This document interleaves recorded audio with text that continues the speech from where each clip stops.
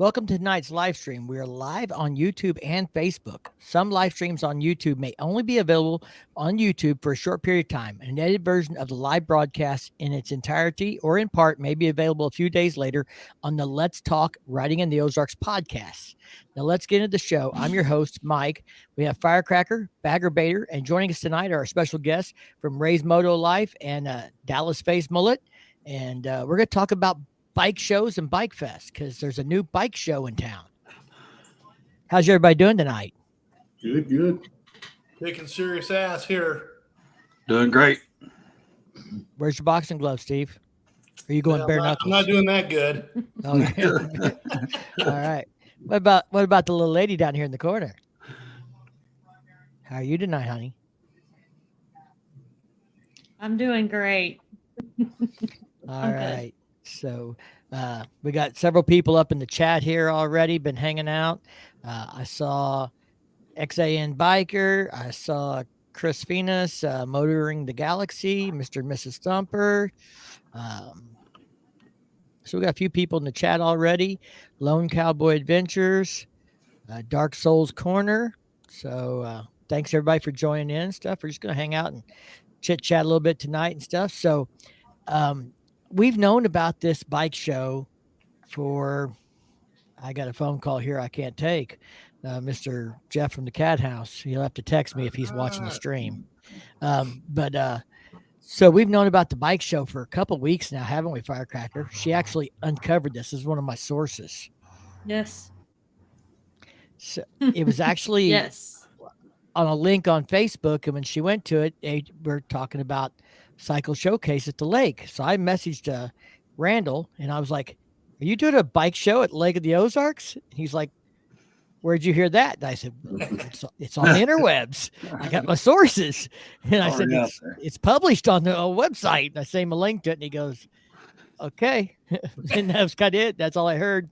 I don't think it was officially supposed to be announced yet, so I didn't say too much about it, but it's been announced. He's put it on his Instagram and stuff like that. So anyway, they're doing a cycle showcase at the lake. I don't know how big it's going to be as far as number of bikes and stuff, but it does look like it's a full-fledged 2 or 3 day bike show like what he did in St. Louis. That's badass. Do you know if he's gonna like put a sheet over each bike and kind of do that 15-minute interval plan? I haven't seen any discussion of that. I think that unveiling thing is kind of a special thing he does in St. Louis because it's the beginning of the season. Okay. And those were bikes that have like never been seen before. I know he's been posting that he's like finding bikes to do that with at Cycle Showcase in St. Louis. So yeah. And I was going to say that really keeps the audience engaged doing the unveiling, because you guys know as we do, we were there. If we wasn't a group of people hanging out and talking, I mean, honestly, if I was there by myself, I would have walked through there and looked at the bikes, maybe spent an hour, and probably would have went to do something else. The unveiling is really the eye catcher to me because it makes you wonder what's under that. It makes you want to see what's under there. And I actually seen him at Loretta Lynn's. And we talked for a few minutes, and pretty good guy, he seems like a real good, and I think I get to see him coming up in Smokeout too. Yeah, you'll get to see Randall at Smokeout. He does the bike show there for Cycle Showcase. They're pretty good friends and stuff. It seems like he does some stuff with them at Sturgis, I saw.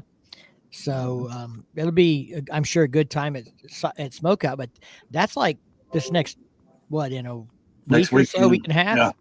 Yeah. So think about this. He's going to go straight from Smokeout to Bike Fest because Smokeout's like the 9th or 8th or whatever that weekend. Yep. So, I mean, he's a pretty busy guy this time of year because he was at Sturgis. He was up there, the whole week, and he was helping out with bike shows and judging and doing things. I don't know what all he was doing, but I know he had a ice cream social. I know he's a judge at a certain event. I think he was helping with the Cycle Showcase stuff. And, it's been 3 weeks for him to kind of probably 4 weeks to prep for Smoke Out and then Bike Fest back to back. So That's a lot of logistics, at those, because I'm pretty sure the owners of the bikes are the ones that have to make sure the bikes show up where they're needed, where they need them. So yeah, he's staying real busy. yeah, I was going to and you say, think one other thing about the unveiling that I thought was awesome is they brought the bike builder up and they would talk to the builder, and he would kind of go in a little bit of description of himself and kind of the style he was going for, and that kind of thing. And you got to know the builder as you got to see the bike. I thought that was awesome. Yeah, maybe what influenced him or influenced the build, if it had any special meaning, that kind of stuff. That was pretty cool. It was. But yeah, you think about if any of these same builders are at Smoke Out, that ends, they'll pack up on Sunday night, Monday morning, and they'll need to be set up at Bike Fest on Thursday, ready to go. Because I think the bike show starts Thursday, runs Friday and Saturday at Lake of the Ozarks at the resort. And I think where Mr. Bagger Bader is going to be running around in his Speedo and doing cannonballs into the pool. Where I found him last year, hanging out in the pool. Man, Says he was out riding that morning, but looked to me like he'd been, sipping Mai Tais and flirting with the little bikini waitresses. There's going to be a lot of lucky ladies in that pool. That's all I can say. Why are you carrying that eggplant in your shorts? There's a lot of beefcake here. A lot. But they better bring their appetite, huh? Yeah, and I believe they actually have a early bird special at Smoke Out as well. So I'd say a lot of them will be showing up Wednesday, Thursday as well over there. So yeah, he's going to be going straight from, I don't think he flies probably. He probably is driving maybe. I'm not for sure, but yeah, he's pretty busy. He's traveling like pretty much a big triangle all over, from there to here, back up north and back down. He's all over the place. Yeah, so you'll have to report in with us, Ray. Maybe check in with us in a couple of weeks and let us know how Smoke Out was and how the bike show thing there was maybe similar or different from St. Louis. That's kind of his premier event. I do know that up until like this year, his face or Instagram page said Cycle Showcase St. Louis.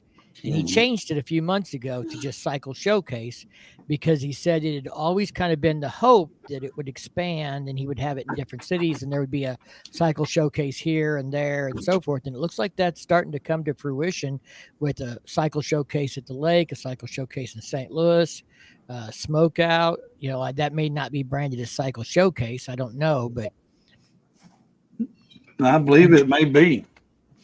I know he's there, and I know he's doing the bike show. I just don't know if it's his show or their show. Now, I believe if it wouldn't have been the Bill Dodge's show at Loretta Lynn's, I guarantee he would have had something going on there as a showcase, for himself. So, but someone else hosts that. But I really believe that he may be doing that there for the Smoke Out. He may be hosting it. So, that's. Well, we wish him a lot of luck, and maybe one day I'll be important enough we can get him on the show. I offered and I didn't get a response, so I kind of let it go there. I didn't want a hard no. How my feelings get hurt. Yeah. So I figure he's just busy. He's got a lot going on, and that's all right. So he puts on a great show, so I thought we'd give him a shout out. Yeah, tell me if I'm right or wrong on this, but I know someone from the Loretta Lynn event was at the St. Louis show, and I thought they said they were the promoters of that show. So yeah, they were. Okay, so that's probably how those two collaborated to make that. And the guy that was in charge of that as well, of the creators of the show as well, was in Sturgis this past year as well. So I think the Thumpers actually met him. The guy that actually does the Loretta Lynn setting up and stuff like that. So I was trying to look on his page here and see if I could see anything about the Smoke Out. So well, I heard heard last year around Bike Fest time that there were somebody in the Lake of the Ozarks area looking to start a premier bike show where they would like unveil bikes there and stuff, like a some kind of deal, whether it was a build off and unveiling there or something. So I would, and then the other rumor I heard last year was somebody was looking at campground property to have a big buffalo chip style campground thing there at Bike Fest. So sounds like I'm 1 out of 2 so far, and just because the other one hasn't happened yet doesn't mean it's not in works. I'm sure buying property and developing a big Sturgis buffalo chip style campground's not something that would happen overnight. But I heard something along that lines that some folks involved in Bike Fest went to Sturgis this year and were checking it out to see how things are done there at the big campgrounds and things and stuff. So that may be something that's still being looked at and developed for Bike Fest. And I think that would really help that event grow as well. I mean, talking about the campground thing, we just Steve knows, and I don't know if you guys have seen the post on it. I'm going to be doing the giveaway this weekend, but Adam Sandoval has leased a campground and been working with Jeff from the Cat House to promote a new campground just outside of Eureka Springs during Bikes, Blues, and Barbecue called Flathead's Rally Point. And so I'm giving away some tickets to that. If you follow me, if you're on the stream, if you haven't seen the post, it's on my Facebook page. You can still go back and comment. You got to tag somebody, and for every comment you do where you tag somebody, you get entered to win. And we're giving away like a whole weekend pass for Flathead's Rally Point, and they've got some big names there: Jasmine Kane, Texas Hippie Coalition, an AC/DC tribute band called Back in Black. I thought it was the one from that we had at the Freedom Rally. No, it's not that one. It looked like the little guy that jumped all over the stage. They're not playing under that name. If it is the same guy, it's not Hell's Bells. It's Back in Black, because I double checked it. Okay.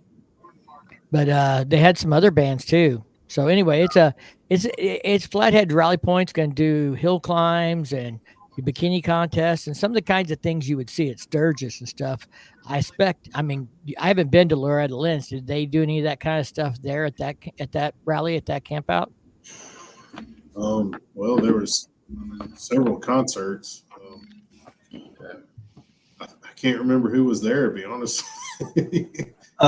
Buck Cherry, I think it was, or Black Cherry, or one of those. Buck Cherry, probably. There was quite a few good bands actually. There was, they had played. Now we were there Saturday. We didn't camp all week. So through the week there were like flat track racing and things like that going on. They call it a ranch. And it's just one, it's her private, big campground ranch, whatever you want to call it. She has a river going through there. They call it the barn where the chopper bikes, where they do the chopper show where Bill Dodge hosts is at. They have some decent little local vendors, and there's a few decent names. Harley Davidson shows up with their demo trucks. Let's see, you got V-Twin Visionary Performance guys. They show up. They do a good hill climb, things like that. See, it's actually more well known for being a motocross track. Right. I knew they were big into some of the music with the whole Loretta Lynn thing, and Flatheads is going to have like 2 people perform a night. Oh, Scotty something from Saving Abel and Josie from Saliva. And something else. I don't remember, but there's basically 2 bands a night at Flathead's Rally Point. There's supposed to be a hill climb. Adam Sandoval's even talking about building a bike just for that. I think bikini contest, that kind of stuff. I don't know what all the concerts, but it's definitely sounds.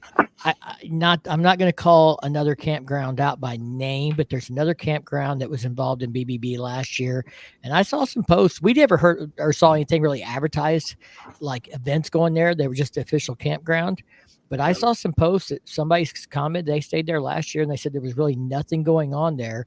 So they were looking forward to Flathead's Rally Point to have other things going on. So if you don't feel like leaving the campground, or you get back and you want someplace to just chill and drink and have entertainment, they'll have something for you to do there. Yeah. I think one of the artists that I forgot about, it was Waylon Jennings' grandson. Mm-hmm. I forget his first name, but Yeah, he was like Shooter marquee. Jennings. I think No, it's, it wasn't him. I think it's even younger than him. Yeah, it was. But, Shooter's the only one I've heard of. Yeah. I'm old. What can I say? I'm not up with you hipsters. yeah, there's a new kid coming up. Yeah, there's The new Jennings. So, talking about bike shows and rallies and stuff, for you guys, our guest here, how important to you is it to, like, if you're going to a rally, for there to be like a campground with those kinds of things going on? Does that appeal to you more than like just getting a motel room and staying in town somewhere and hanging out at a local bar? Yeah, for me, I enjoy that more. I mean, to me, it seems like that's where, the bonding and everything happens, the friendships, the getting to, just hang out with somebody and really, I don't know, say Sturgis. If there wasn't any campgrounds, would I enjoy going out there and riding? Yes. Would I want to just walk down Main Street and go to the bars? Probably not. It'd have to be some kind of something going on. Now, I've got to the point where, yes, I like music, but do I want to stand in front of the stage anymore? No, I don't really. I'll listen to it, but I would rather, be having fun with my buddies or something in the far back, shooting the shit or whatever it may be, and still can hear the music. So I enjoy more like having a beer with like the builders and talking to some of the people that have traveled from across the country, and kind of just getting to see kind of what they're all about, and learning that they're all basically, we're all into the same thing, we just want to have a good old honest American good time and talk about bikes and just cut loose and have a good weekend. Yeah, I mean, we all at Cycle Showcase, me and Dallas were talking early on, and I think everybody that's here will agree that one of our favorite parts about Cycle Showcase was hanging out on Friday night at the garage, and there was a band playing, but we sat in the back as far from the band as we could get practically, had a table. We sat there and, told stories and lies about each other and, had a good time and got to know each other and developed this relationship, this friendship that we now have. And there's people who talk about they go to Sturgis every year, and it's not because it's the greatest rides or it's got the best bike shows or it has the most vendors. They go because that's where they go to meet their buddies that camp in the campsite next to them and on the other side of them and 2 rows over. And they've been partying and hanging out with these guys at Sturgis every year for 10 years. And that's the one time a year they all get together and reconnect and bond and talk and visit and, share experiences and stuff. And it's those relationships, and that's kind of like their reunion. And so I think that's an important aspect of a rally. And I think having a campground is kind of vital to some of that. We do this, at a bar, like at the Cat House right now, we've been doing it there. At Bike Fest, we have a bar that we like to hang out at. It's a friends of ours bar, and everybody knows they can probably find us there. We might walk up and down the strip, but if we're going to park at the ice hole and we're going to end up back at the ice hole, that's where you're going to find us. And we sit out there on the patio and visit with everybody and tell stories and make fun of each other being drunk, shoving whole pieces of pizza in our mouths and stuff like that. The mystique that I always hear about Sturgis is back in the 70s, they'd say, man, we go up to to Sturgis and we camp and we party and we have a great time. I think that's what made Sturgis what it is. And I think that's what Bikes, Blues, and Barbecue is missing. And the fact that, they're working to create campgrounds, I think is going to elevate that rally even more so. I think that's one of the missing pieces. And of course, with the rally, with the campgrounds, you can get the bands. Right. And I think that'll be good for Bike Fest if they can make that happen there. And I think somebody's working on it. I know there's Great American Silo and Dive Bar Campground out on the west side of the lake that wants us to come out and check it out, and they're catering to bikers and stuff, but they're a little far. But I mean, think about it. It's a 20 or 30-minute ride around the north side of the lake to get there or something. There's plenty of places in Sturgis where people ride 30 minutes or an hour to get to something. So it has that potential. But I guess I never stayed at the fairgrounds, but from what I understand, the fairgrounds at Bikes, Blues, and Barbecue used to be a big camping spot, and they would be barbecuing and tailgating and things going on, and that's been gone since before COVID. Since COVID, the whole thing, they couldn't get the fairgrounds, they couldn't do this, they couldn't do that. They ended up moving it. They didn't have the fairgrounds last year. I don't know what there's another official campground, and I'm not even gonna call them out by name, but that's not the place that people thought it would be that stayed there last year. And I think Flathead's Rally Points really got the right idea of bringing that buffalo chip style atmosphere to other rallies, even if it's just for 3 or 4 days by leasing out a campground and putting on a big event there. Hey, I'm excited about the hill climbs because we went and seen those in Sturgis, and I was on my toes the whole time. I couldn't even sit in my seat. I had to get up and go stand because there was little kids, smaller than my youngest grandson, going up that hill, and one of them like almost went off at one of the embankments and stuff, and I'm freaking out. But it was just really cool to see. So I'm kind of looking forward. It was neat even watching the older people do it. So Ray, Dallas, have you guys ever got to watch hill climbs anywhere? Yeah, I've seen them. They actually had them at Loretta Lynn's, but when we had just got there, was starting them, so we were in a different section on the ranch. But I do know they offered a guy or whoever could make it up on a bagger, they would give $1,000 to. And there was only one guy that tried it, and he won it. He made it all the way to the top on a bagger. Wow. So yeah, he hauled He's out. on the road. Yeah. He's on Road Glide. Wade Jennings is the guy's name, I believe it was. Whey Jennings. Yeah, Wade. Yeah, that's right. Yeah. And then War Horses was there. There was a couple of female. I think there was some pretty good band lineups. If I'm not mistaken. There was a few I was looking at. So I've been a little lazy here about putting comments up on the screen, but somebody we were talking about earlier, Dallas, has popped in here and said, "What's up, kids?" I don't know that guy. You don't know that guy? No face mullets. So what's the name of his bike? Gold Digger. Goldfinger. Goldfinger might be it too. Goldfinger. It's Doug Gold Digger.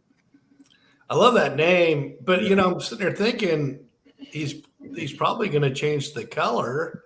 I would have think that's. No, I don't see it.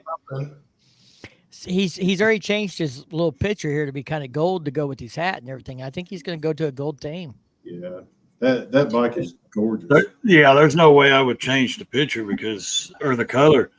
I like the color personally. I've always liked that Prospect Gold. Now the yellow banana looking color, no, I'm not a fan of. But You mean baby shit yellow? Do you like baby yeah, shit yellow? I don't. I like the Prospect Gold and then black out everything else. So yeah, Bert. I didn't think about it. I think the Goldfinger hurt. He said, "Ouch." Yeah, sorry about that, Bert. I reached out to him one day. We were just chatting and stuff, and I said I need to get him on the show sometime. So we'll have to plan an episode in the future. We can get him on there, and he can talk about his new bike and everything that happened and kind of what led him there and stuff. That'd be a good show to do. Done Life is in the house. He's a very entertaining fellow. I can tell you that. So I think we all kind of agreed that having that campground atmosphere definitely adds to an event like Sturgis and Loretta Lynn and, Bikes, Blues, and Barbecue being able to have somebody like Adam Sandoval and Jeff from the Cat House step up and bring that to the table isn't going to do anything but make that event better. It's another venue. It's more options, another place for people to go and stay. I'm going to throw this out there about Bikes, Blues, and Barbecue, and I try not to be too negative, but I was a little disappointed last year they didn't close the square off downtown for bikers. And we said they need to do that. We've had our own problems at Bike Fest with that, and they've done it the last few years, but a few years ago they didn't, and it was a huge issue. And it was an issue at Rogers last year, and the city said, yeah, we know, we're going to work with them. We're going to work with them. Do you know what their idea of working with them is? They're going to shut the square down to bike traffic only from 5 to 11 on like Thursday and Friday night, and from noon to 11 on Saturday.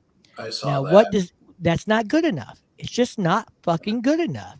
You're still going to have people who are going to drive down there in the morning and park and be in the way, or be there all day and hang out and want to, we were walking around and you can't cuss, you can't do this, you can't do that, because people are pushing their kids in a stroller next to you, and it's nothing against them, but we want to go to these events and be bikers. We want to be able to, cuss a little Be bit, yourself. Fucking A, we do. cuss a little bit, tell a dirty joke, things like that. And, but we're also respectful of people and their kids. Nobody's trying to just be a dick to someone's kids and cuss up a storm around them. But these people don't realize it, and they've got their kids out there to come see what the bikers are all about. And it takes away from us enjoying the event. And they really, I'm adamant that I think the city, to be successful, needs to try and separate the locals from the bikers as much as possible.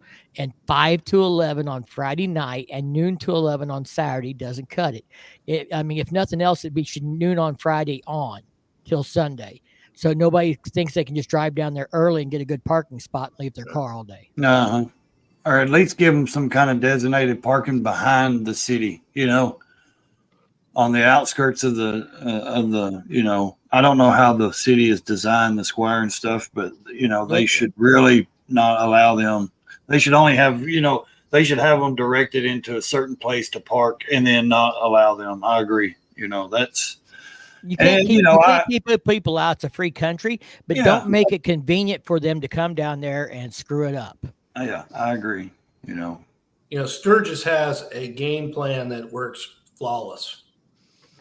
All they had to do, and we talked about this, if you're a city official from Rogers, Arkansas, you should have got your ass up to Sturgis, took your notes, did your homework, learned what they did, talked to the city officials there. I'm sure they would have been happy to talk to you. And you could have implemented the same type of plan. We got Bodine in the house tonight, Doc Harley in the house, but absolutely, you're right. And like I said, I heard people that are involved in Bike Fest went to Sturgis this year to see how it's done, to learn what the model should look like that they should build. Rogers got to get their shit together. Well, they're going to continue to get their ass kicked.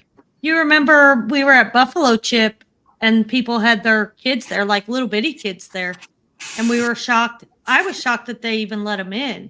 I thought there was an age limit on getting into the Buffalo Chip. But the night we seen Puddle of Mud, that afternoon and that night, there were little bitty kids in there. They probably had them hid underneath a cabinet in the camper when they pulled in. You know what? Fair game at the Buffalo Chip. You bring your little kids there. Fair game. Right. I'm not changing my personality for your 4-year-old kid. I'm sorry, I'm just not. Really, that's the way I feel about it. I'm not trying to be mean, but if you're bringing your kid there, most people know that adult rallies and stuff is going to be like that. Then that's on you as a parent for bringing your little kids. I was going to say, and I have children. We should not have to change us having a good time and having to be paying attention to what we're doing when we're there to have a good time. Exactly. We're paying money to be there and spending our money. And as a parent, I wouldn't take my children in a position like that anyways. That's right. As a parent, of daughters, especially, little girls, teenage girls, there's no way, I'm not saying it's for everybody to hold their kids back from things, but yeah, I'm not going to do that. I would never. You shouldn't be pushing your kid in a stroller down the street on Saturday afternoon, the main day of a bike rally, to go to a beer garden where there's a concert playing full of bikers. Yeah. if you want to raise your kid that way, that's fine. But you're also, you know, you're Opening doors that shouldn't be opening.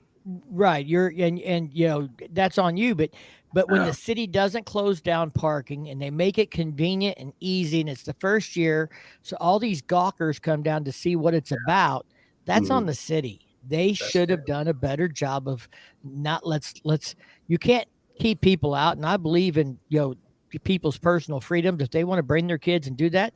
But the city should have enough common sense to let's not make it easy for these things to intermingle. People don't realize what this is. It's the first year we've had it here.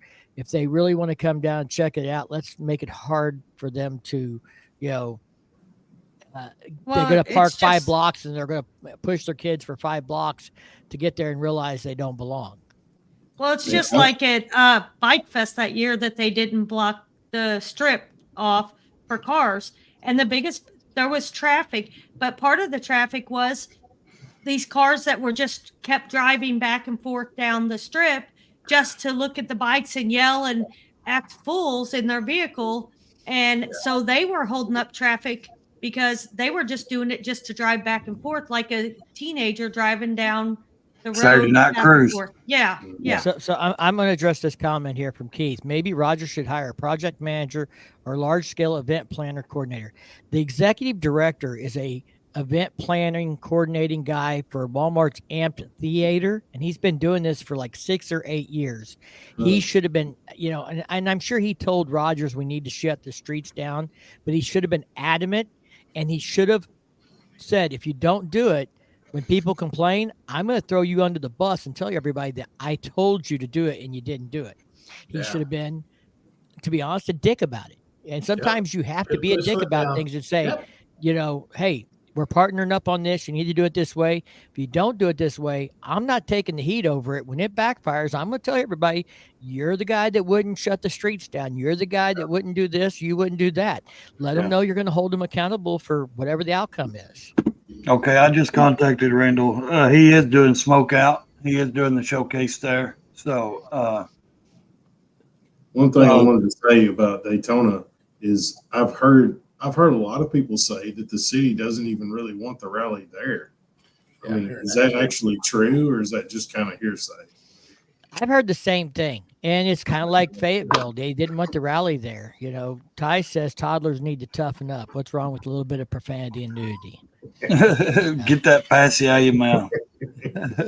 But I think the city has a role and a responsibility to try and make the event successful if they're going to be involved in it, and to understand, to fully understand what they're getting themselves into. Like you said, send your ass to Sturgis, understand what you need to do, what works, what doesn't work. Sturgis is a prime example. 3 or 4 streets are shut down. There's nothing but bike stuff on them. There's a cop on every corner. Do you think because that's so small of a town and so less population that it's good that way? Or I do you think believe? it helps. I think it does. But Rogers isn't a large city. It's bigger than Sturgis, but that downtown area is similar to what Sturgis is. And there's no reason why they can't make it very similar. Close off parking for 2 or 3 blocks. Make people who want to come gawk have to walk and push and not have them park. I mean, there was not parking for bikes where there needed to be, not enough, because the cars were parked there. People were just out gawking, and the city park is right there in the same area, and people are down there with their kids at the city park instead of like shutting the park down and making that part of the event so that so the locals didn't have a reason to not go down there. It's not open for this. It's closed. It's for the bike event. Yeah. Let's see. You laughing at comments? It seems like they're inviting. I think, in my opinion, it seems like they're just trying to get more, customers maybe, or people there by allowing people to drive through there. I don't know. it's a bad idea. I think they should shut every bit of it down. And like I said, make them park on the backside of, 2 or 3 blocks away or whatever they can find. Because you're right. I don't want to be bullshitting with people, and sometimes things come out of my mouth as well. And where I have children, I don't say that in front of them. And I wouldn't want to really say it in front of other kids, but I don't want to have to like Steve said, hold myself back to being me as well, Well, I'm going to tell you, and I'm picking on Rogers a little bit, but I think they need some tough love. They need to hear the truth. They need to get their shit right. I expected them to shut the square down this year, and 5 to 11 and noon to 11 on Saturday doesn't cut it. That's not good enough. You still got 3 weeks. Fix it. Fix it now.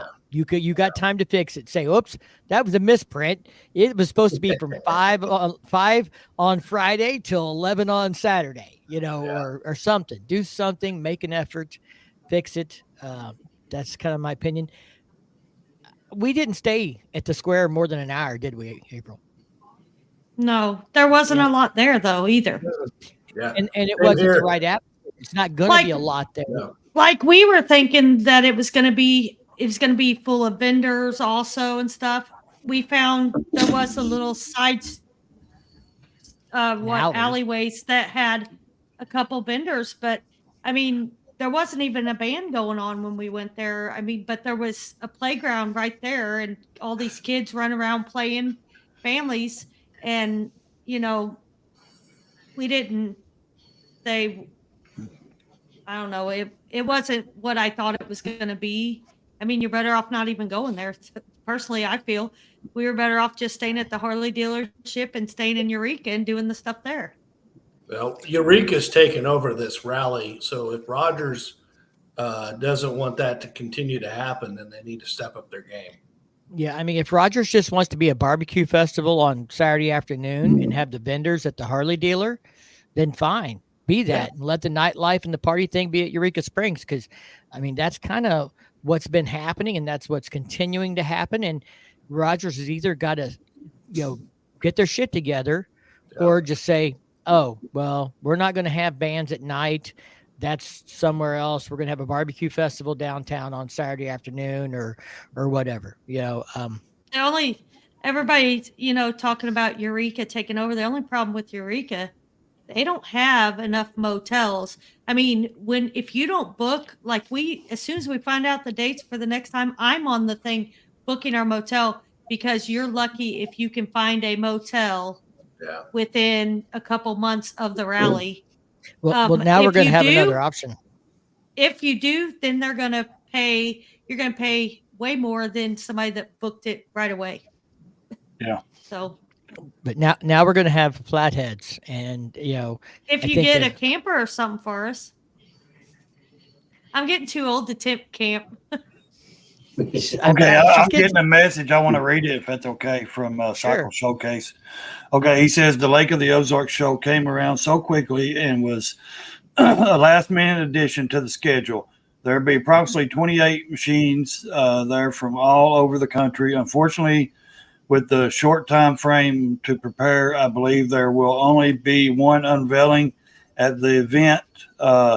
Nonetheless, it is going to be a great collection of fantastic machines. So we talk a lot. I got a big network, man. I talk to people all over the country. He's a pretty good guy.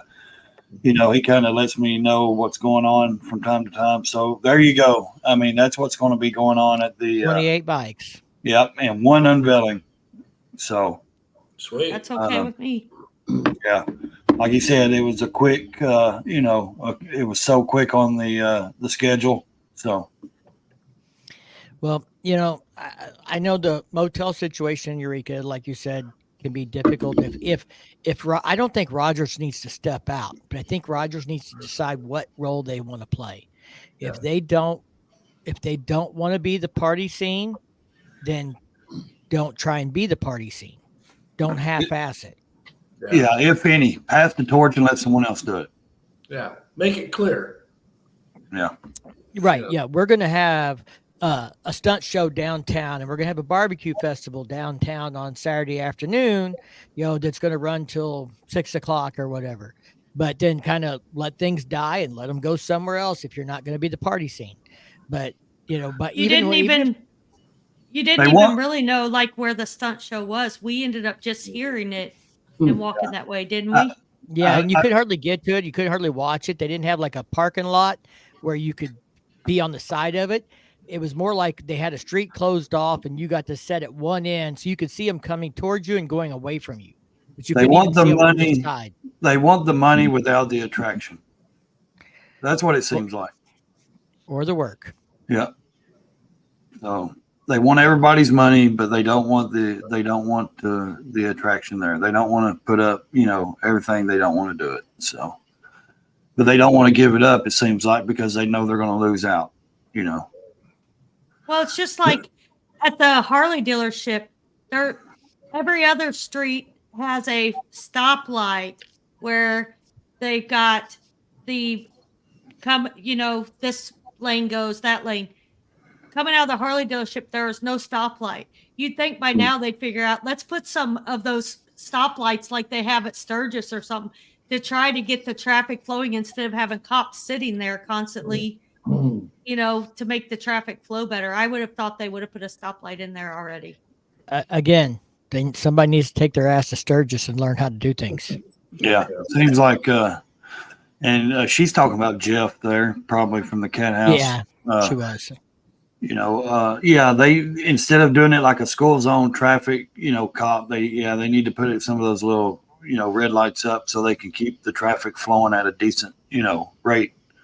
Because I think a traffic light changes every 3 minutes, so you're not really sitting at a light long. You're Right, and where the Pig Trail Harley Davidson dealer is, it is far enough from one light that you can people can take off from it and stop, and it's not like immediate, but it's if you don't do it, what you got is you've got by the time you get a break, you can't pull out because traffic's backed up from the light 2 blocks. Yeah. then you have your motorcycle sitting there getting hot and just everything. And We make a right out of there and go down a block and cut across into a parking lot to turn around and come back because you can't make a left because there's nobody managing traffic. Yeah, you kind of have to figure out your own little way of doing it. Yeah, and honestly, I'm surprised they haven't had an accident during BBB there. And maybe they have, but I'm really shocked because it's frustrating sitting there trying to get out of there. Hey, Dallas, you're somebody's hero, buddy. Hey, Hells is my buddy. He just hooked me up with some suspension. Right on. Nice. He was going to come to BBB, but I saw they announced that they were not going to be able to make it. Yeah. Yeah, so you got some suspension technologies coming? Yeah. I got some suspension tag. I think I got the Black Hills, and which was nice. What was nice is you got people like Hells that you can actually talk to, get his, pick his brain, and he'll lead you the right way. Tell you what. I didn't know they made suspension for the Gull Wing. Well, those are airbags. You knew it was going to come out sooner or later. Yeah. You couldn't do a whole show without bringing it up. Well, since you did bring it up, that's going to fund my stage 2 that I'm going to do this year. So You when gonna I sell sell the the Gull gold, Wing? When you sell it, it's going to fund your stage 2. yeah. So Hot Wing is for sale in the near future. Hot Wing is for sale. And hey, that sounds like something the baggerator could use there. You could run around on that thing all day. Mm. Not put miles on your road glide. it's a clean bike. Yeah, that thing is like. Yeah, it's And clean. it'll clear a speed bump, no problem. Yeah. How about manhole covers? Yeah, I think you can actually maybe do a wheelie over one. Nice. It's about 120 horsepower stock. We're dogging on that Gull Wing, but man, them things are badass. Yeah, they go. Yeah, it was funny. I was riding down 840, which is an interstate here in Middle Tennessee, to meet up with Ray, and I wound up in this pack of Harleys, you know, you can see the looks on their faces like, what the? Who's this little dude on a flaming chicken going down the road? So That's- You Ty's can't going- miss the flames. Ty's got a comment here. I got to get out to some of these rallies next season. So, Yeah. Mhm. you guys, I know what our perspective is for rallies and events. And I mean, that's kind of what we plan our vacations around. We do all kinds of local rides on the weekends and things like that. And some, like this weekend's a 3-day weekend. We're going to go down to Eureka Springs this weekend. I'll be visiting with Jeff at the Cat House on Saturday to announce the winner of our giveaway. And then Sunday, we're going to go on a 150-mile dice run out of the Switchback Bar. Me and April are going to pick up our marriage license Saturday morning while we're in Eureka Springs. So we're just going to kind of hang out, do some fun things. We got some friends going and stuff. That's a 3-day weekend. But like our vacation time, that's, Sturgis. It's Bikes, Blues, and Barbecue. It's Bike Fest. Next year it's Daytona. That, is that just what me and Firecracker do? How many of you guys, like sit down?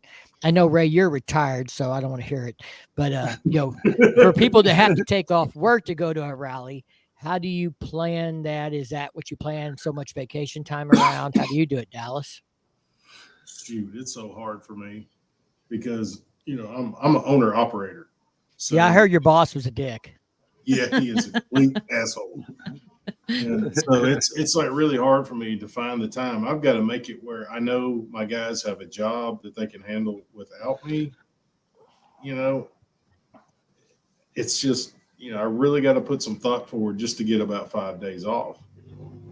Because it's so hard to find the kind of help that you can kind of depend on to kind of oversee things when you're not there. It's the labor force is just, it's a mess right now. So do you if you're going to plan time off, do you try and plan it around a rally? Hey, can we find 3 days where we can go to Loretta Lynn for the weekend? Can we find 3 days to go to Daytona? Yeah, exactly. I have to plan it around any of those kind of dates, and I pretty much know that there's going to be maybe 2 that I get to do a year. And it's usually not like a whole week. It's usually just like 3 or 4 days. When is the Loretta Lynn thing? Why couldn't we go this year? This past year it was May the 18th. My daughter's graduation, so we could. So maybe this next year we could make it. Yeah, because she only graduates once, right? Yeah. 4 more years of college and then another one. It'll be tough because it may be our setup weekend. I guess everybody else is gonna have to do setup then. We were originally not going to be on the committee this year. I know. And I didn't think about this. This screwed up my whole plans here, buddy. Yeah, well, you're the one that gave me the green light to do it again. Even if, I didn't know it was going to interfere with that. Even if it isn't Loretta Lynn's, I think everybody should experience some kind of campground, rally, chopper, or not necessarily chopper, just campground, closed in, stay for a couple of days, 2 to 3, whatever you can afford to take off, and experience that kind of, just that kind of little rally. Because the small ones, I enjoy those a lot better, in my opinion, than I've been to Daytona and stuff. I enjoyed it, but to the point, I enjoy the 3 to 4 day little events better, where everybody is staying at one place and that's where everything happens, and you get to just really get to know people. So I would suggest like I said, it doesn't have to, really be Loretta Lynn's, but, just some kind of campground rally or event going on. I think everybody should at least experience it one time, because they will see it's a totally different ball game from a big rally, Mm-hmm. Well, I think, for anybody who's maybe in Central Missouri that wants to go to a old school bike rally that's not allergic to marijuana or nudity or alcohol, the Mid-America Freedom Rally is a perfect place to cut your teeth, because it doesn't get, probably much more old school than that. And we So- got really good bands. So if you've got glaucoma, it's your You'll be place. fine. You won't even be able to focus on all the flat titties. My glaucoma's cured. It's a good event, and it's one of those, like what Ray was talking about. Everybody's on the campground. It's on a private campground. There's people who pull in on Friday morning and don't leave till Monday morning, and by Friday night they're naked and they don't get dressed till Monday morning. Well, and the great thing, it's local for us, so it's pretty easy for us. We're on the committee, so we have to take off a couple days because of it. But we have our group of friends here that all Hey, go. Jeff. They take their RVs. We all camp in the same area, and everybody buys groceries, and we cook, and everybody cooks and shares, and they take turns cooking, and we just all hang out, and it's just a kind of a fun, relaxing time for us to all just spend a whole weekend together hanging out. So Hey, April, Jeff. how do you decide like who gets naked first? I mean, do you just start it off every year? And I've never gotten naked at a rally, so Ah. I don't decide that. What she is in charge of is like That one up there decides that. I'm the shit show supervisor. I got the tank top to prove it. I'm the shit show supervisor. she's usually the shit show on Thursday night before the Yep. rally gets started. And Because my come Friday she's got to birthday work. is my birthday is that Thursday this year, so it's really going to be a shit show. Jeff said tits and weed. What? Him and Angela should come up for a weekend getaway. That What I would want to be. know is They what, would really enjoy that.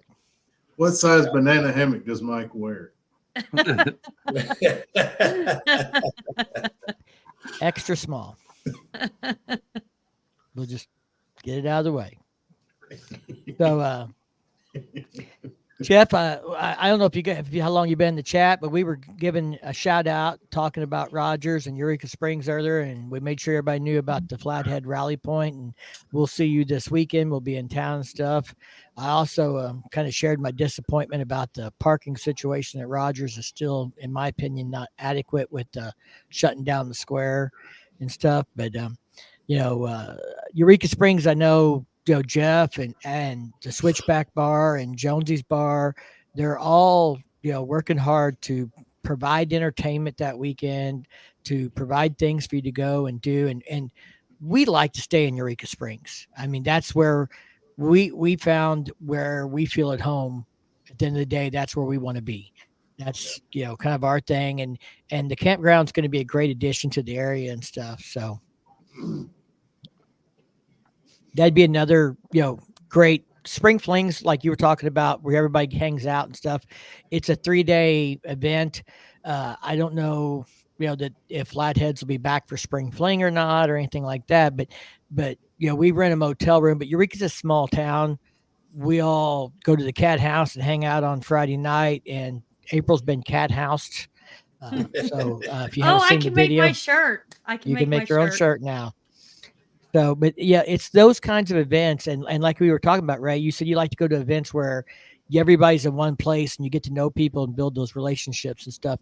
And that's what events like Spring Fling and the Freedom Rally have to offer is you build these relationships.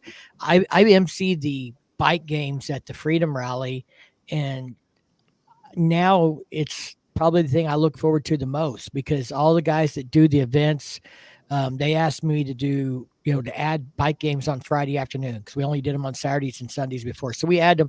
I said, the problem's going to be I don't have enough volunteers to staff it and do it. And they're like, we'll help you. So the guys that want to do the event get off their bike and they help me do it till it's their turn. Then they get back on their bike and they run their turn. Then they get off and they help me do it while I MC it. So I don't have to have 5 volunteers or 5 people staff from somewhere else to work that. They want to do this and they have so much fun doing it. They're happy to help me do it, to put it on. And that's like that, community thing where we just all get together. It's like a group of guys. It's like, hey man, Friday afternoon, we're doing on the bike games. Everybody get down here. It's time for the, plank ride or the keg push or, whatever else. And that kind of throws everybody back to that old school era, that old when you're in the campgrounds and you got the bike games going on and stuff like that, that keeps that culture going. You know what I mean? It keeps it alive. It keeps, because back then, what, 35, 40 years ago, 30 years, whatever, a rally back then was really, I mean, of course you had, Sturgis and Laconia has been going on for, a long time, but a lot of people, just remember those get-togethers at the campgrounds, and those bike games are like, of course, they're iconic, and that's something I think that they need to keep going. They need to keep that, to give, not just to give people entertainment, but to get them more involved in the motorcycle community. It's, if you just throw up vendors everywhere and say, here, I mean, what are you keeping people there to do? You know what I mean? They're going to look at the vendors and leave. That's it. Right. So, If they ain't in town to get a set of bars on, they ain't gonna stay long. yeah, they want entertainment, and they want to either get involved or they want to just watch, which is fine, but they want to have fun doing it. I mean, you go to a campground and camp and there ain't nothing going on. Are you going to be there long? No, I wouldn't. I mean, No. Right, and that was the comment I heard about the campground from last year, was they were disappointed there wasn't anything really going on at the campground. They said there was supposed to be music there, but they never even saw a band. Ron here commented about Ozark Rally next month. I'm assuming he's talking about Lake of the Ozarks bike rally next month, and hope it's great. One thing about it, Ron, it's different than some of the other rallies, and I think a campground would help pull it together. But they have 3 or 4 vendor villages. There's plenty of great riding in the area. If you go out and just look on a map, you'll find a squiggly road. Go hit it. If you need some ideas where to go, shoot me a message on Facebook or Instagram, or email me at writingintheozarks writingintheozarks@gmail.com is my email, and I can suggest some roads and stuff. If you need to know some, I've got some videos I've done a few years ago on rides and things to do there. But Lake of the Ozarks is a very spread out area, kind of like, in some ways, like Sturgis and Spearfish is. They're 20, 30 minutes apart. You got Camdenton, you got Osage Beach, you got Lake of the Ozarks, 3 different municipalities that are 5 to 10 minutes to each one. So you're 20 or 30 minutes from one to the other. And then on the other side of the lake, you got Gravois Bluff Mills and, some other little cities and stuff, and Eldon up the road and things. So there's a lot of things spread out there, but there are hundreds of bars, literally hundreds of bars. And lots of these bars are going to have bands. And there's the Bagnell Dam Strip where there will be a party thing. Now, I've never been to Laconia, but what Adam Sandoval said to me when we were standing down there at Bike Fest having a drink was, I asked him, I said, what do you think of this event? It's your first time here. And he says, it's got a Laconia vibe. That's what it reminds me of. And he said, another thing is they need to call it, Bike Week at Lake of the Ozarks instead of Bike Fest. The thing that I've said it before, Lake of the Bike Fest has an opportunity to be very, very special because it's already designed for tourism. So you've got the bars, you've got the restaurants, you've got the shopping. I think this is, if a guy's out there right now and he's struggling to get his gal on board to go to a rally, this is the one, because he can take her out to a 5-star dinner. He can take her to a dive bar. She can go out and shop. You could take a day or a day and a half off to go boating, jet skiing. You can rent any kind of, seaworthy apparatus that you could ever dream of. They got helicopter rides. Yeah, I mean, it's just this, man, I'm telling you, Bike dinner Fest cruises on the lake. It's right in the middle of the United States. It's perfectly located. And I think with the helmet laws changing, and you don't have to have a helmet anymore, is a big plus. So let me ask you guys from Tennessee, because I know you all still got that stinking helmet law thing. Does going to a state that doesn't have a helmet law appeal to you a little extra? Does it really matter? Because you have to wear a helmet either way. No, I mean, when I was in Daytona for Bike Week, I didn't wear my helmet at all. So it's okay because it was so hot. But now if I get on the highway or something, I always at least take a half shell with me in case I do want to put it on. So it doesn't bother me either way if I wear it or not. I mean, you know, I like to have some kind of protection at least, you know. Right. I mean, I know we used to hear people from Arkansas would go around Missouri to go to Sturgis. They'd head Hmm. to the up Kansas side because they didn't want to have to roll through Missouri with the helmet. Yep. Nebraska's changing their helmet law. It's about to be modified next year. Before next Sturgis, it'll be in effect. I think Missouri's January modified 1. theirs. Yeah. So all I can tell you is and I'm not advocating for you to not wear a helmet. What I'm advocating is, does it affect tourism? I can't imagine riding without a helmet. So I mean, I've never really experienced it. Well, I never rode with one. Even when we had a helmet law, I rode with the skid lid, a novelty helmet, and we never enforced it here. I never got a ticket. Yeah. I mean, Yeah. I rode thousands and thousands of miles with the novelty helmet and never got stopped for an improper helmet. Yeah. And that's one reason it didn't make sense for them to keep the law. Because it was a law that had no teeth, it had no bite. The only time they ever wrote a helmet ticket was when you were being a dumbass for something else, and it was something else they Right. could stack on top of it. Right. Well, I think the proof's in the pudding. I'd love to know what the statistics are, but when I used to go to Bike Fest, pre-helmet law change, I mean, it was what, 15,000, 20,000 people down there, maybe. It's Yeah, it wasn't. doubled, It's a tripled, lot bigger now. Yeah. way bigger, not even close. Yeah, I think Lloyd's talking about Lake of The the lake. Ozarks. Nowhere near enough high quality vendors though. And Lloyd, I know kind of the inside scoop of that and what the problem is there. And it's not that Harley did raise their fees a few years ago and they lost some people, but the problem is that Ocean City is the same weekend. Ocean City's the same Oh, that's weekend. right. It's on the East Coast, and there's a bunch of vendors already on the East Coast for other events, Yeah. and they got to drive halfway across the United States to get to Bike Fest, or just stay there where they're at and go to Ocean City, and it saves them a bunch of money in travel expenses and time to stay on the East Coast, so they don't want to come to Bike Fest, and that's really what it boils down to. And in Harley's defense, the Harley dealers' defense, they've worked hard with Drag Specialties to get some vendors in there, like Custom Dynamics. Saddleman Seats was there last year. Custom Dynamics was there. They had a couple of other top tier.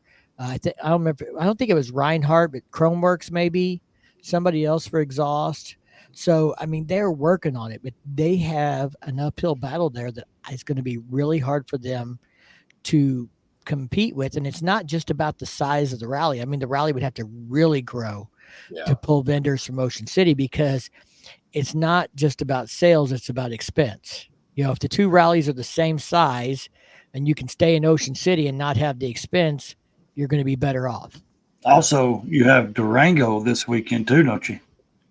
The Four Corners Rally Is that this weekend? in Durango. It's coming up soon. I believe it is. So, I mean, you got a lot of a lot of vendors going each direction, Yeah. So, yeah, Justin said Dennis Kirk and JP Cycles would be awesome. JP Cycles did go to Bikes, Blues, and Barbecue about 5 years ago, but they haven't been back. And Bikes, Blues, and Barbecue is like 300,000 bikers. It's a top 5 rally for Harley Davidson. They give away a motorcycle there.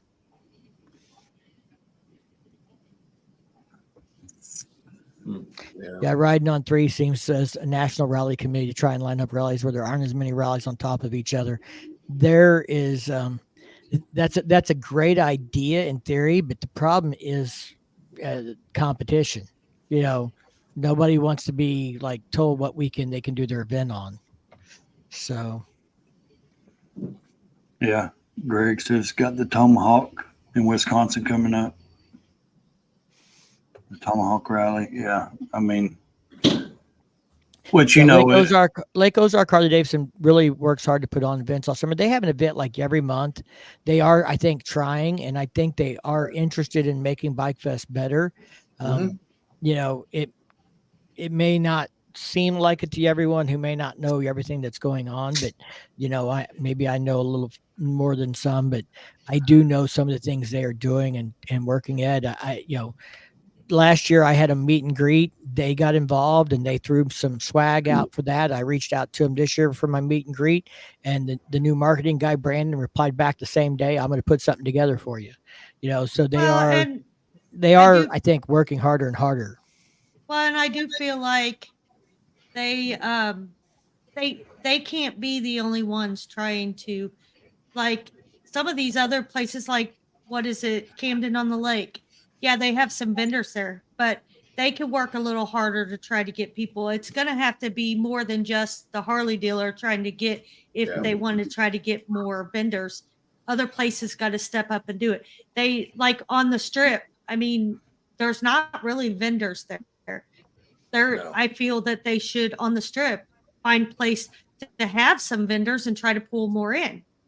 I mean, it's all different places, but they all got to work together and try to set up more places or and try to get more bigger vendors in there. So Let me Justin ask, brought up them putting up a live band at the bottom of the strip to bring in more infotainment on the strip. Well, they had a band there a few years ago. Remember that firecracker? We went down there. It was a bar that was doing it on the right hand That was side down there right Lucky's, before wasn't that. it? I don't think it was Lucky. It's on the other Oh no, side no, it was. at the parking Yeah, lot. I know I what you're can't talking remember about. what it was, Yeah. but that bar closed. But yeah, and it needs, there's things it needs. There's things that can be done, and I do think they're working on it. The problem you run into is everybody wants paid. Everybody wants their share of the money. I'm not going to give up let people in my campground for free for a concert, for a free concert. Somebody's got to pay for the campground or pay me something for the facility. And because there's a campground right there below the dam that has a stage.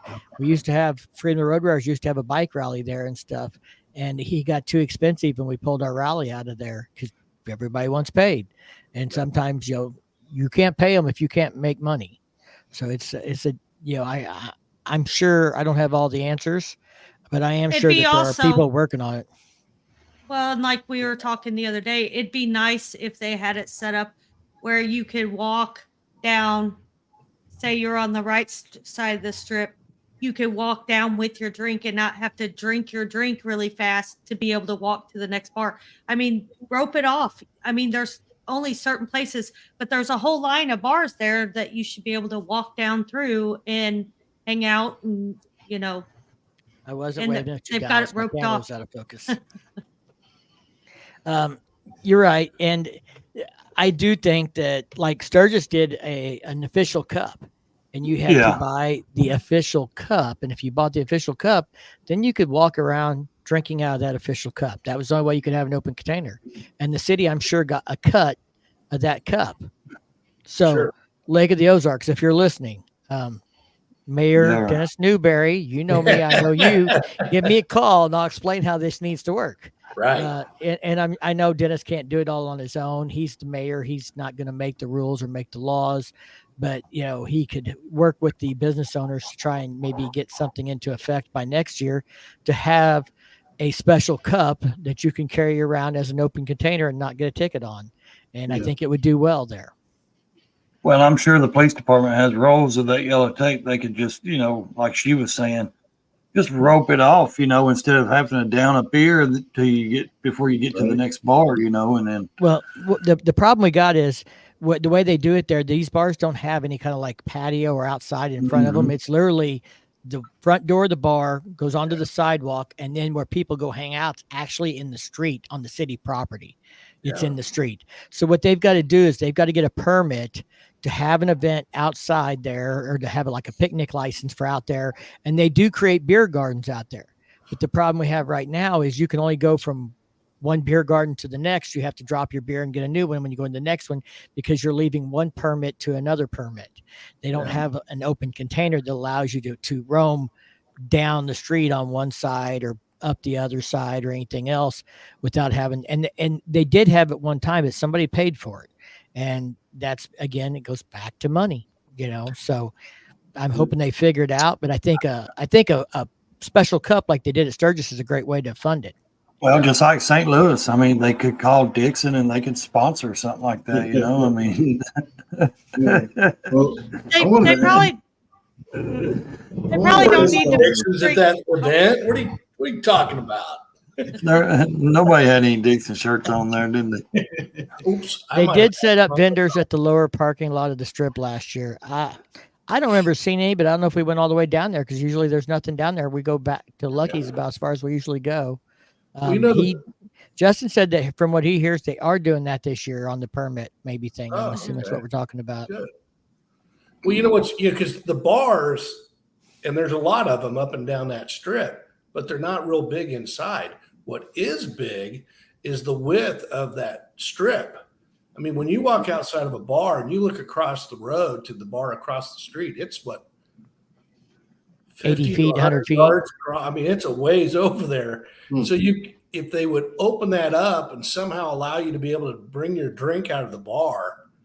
Well, pretty Oh, much, I think where they shut below Leatherman's is where they're cutting the parking down to bike only. I think if they could make it an open carry permit from that shutdown point to the dam and back on both sides, that just encompass that whole area. Yep. That would serve all those bars, and you fund it with a special cup. You Yep. want an open carry cup, you pay $20 for the cup. Then you Yep. take it in the bar and they fill it for you. And you can walk I'd have around no with that problem cup. with that. No, what I was wanting to ask is like, in y'all's opinion, is there like a big difference in the crowd that goes to a rally versus a crowd that's going to like a biker show, like a chopper show, excuse me, like what they have in St. Louis? You know, is there like a big difference in your opinion? I think the chopper show in St. Louis was pretty family friendly though. I mean, I could see people taking their kids to that. There was a guy selling beer there and stuff, but it wasn't a big party thing. I don't know if there's a big thing there, but I do think it was a little more family oriented than going to Bike Fest for the weekend for a rally. You know, But I wouldn't take my 15-year-old to Bike Fest for a rally, but I would take her to Cycle Showcase. Maybe not the Friday night meetup, but Right. Not unless she's going to wait tables and get tips. yeah. Tits? What? that was the best part. Tips, not tits. Okay. Steve got excited. The only thing about that night was the band was a little loud. I mean, they could have turned it down a notch, but yeah, I enjoyed Friday night better than I did Saturday night. I enjoyed Saturday night. Don't get me wrong. It's just we were cramped in that damn bowling alley. Yeah. Hey, the sushi though. The Oh man, sushi. it was great. The dinner Yeah, was he- pretty off the hook. Yeah. It cleared my sinuses for a decade. It had to be a good time Friday night because I woke up the next day pretty hungover. Slightly drunk still. Yeah. She kept So coming up to riding me. on threes has a question, Firecracker. I think you should answer him. It's up on the screen. I know I'm reading it. I mean, we always stay in Eureka Springs because I love Eureka Springs. So there's if you're camping, the new Flatheads Rally, is that what it's called? Rally point. Flathead Rally Um, Point. Right. But personally for me, I wouldn't personally want to stay in Rogers just because I feel there's more stuff going on at Eureka Springs and you know, you meet a lot of people there. You know, you go hang out at the cat house, you go to these bands. I mean, we have met so many great people just hanging out in Eureka Springs.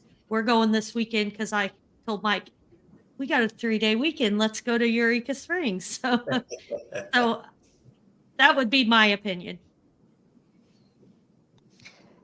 So also for Firecracker, Jeff wants to know if you're advocating nakedness at the campgrounds. I'll encourage other women to do it, but I'm not doing it. It's okay. I'm good with that. I'll work my hardest to get those women to do it. She'll get you a sign made up. Naked. She'll get you a shirt made up, Steve, that says, "Yo, I survive on titties." No, we're gonna come up with a different saying for Steve. I got to figure this out. Should I tell him my the shirt I had made for Sturgis for Titty Tuesday on my 50th birthday? I had a T-shirt made. It said, "I'm 50, bitches. Show me your titties." Little Dave Chappelle. Why don't you swear it every year? You just needed to say, listen, the best saying in the world is just put it on the T-shirt saying, I don't mind if you smoke while I eat.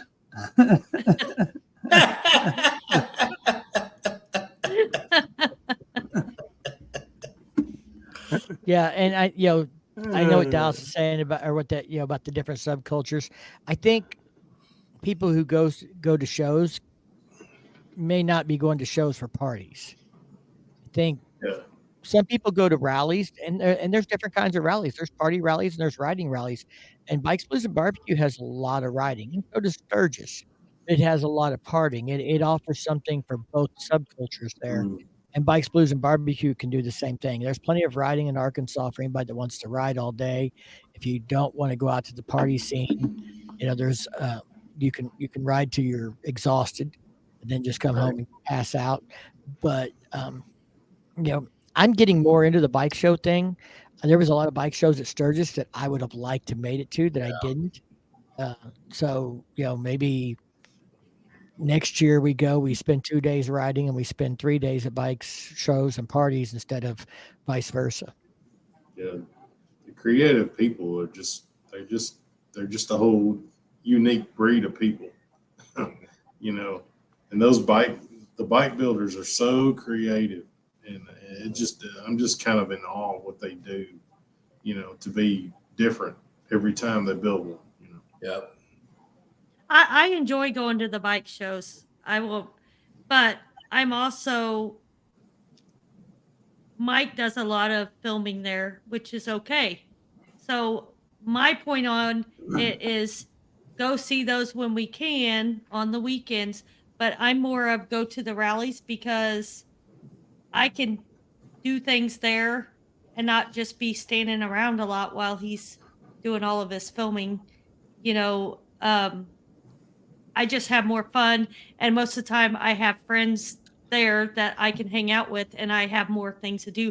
If he wants to film when we're at a rally, there's other things for me to go do, like go shopping or go, Like T-shirt contests. Yeah, just other things for me to watch than a bike show. She said what?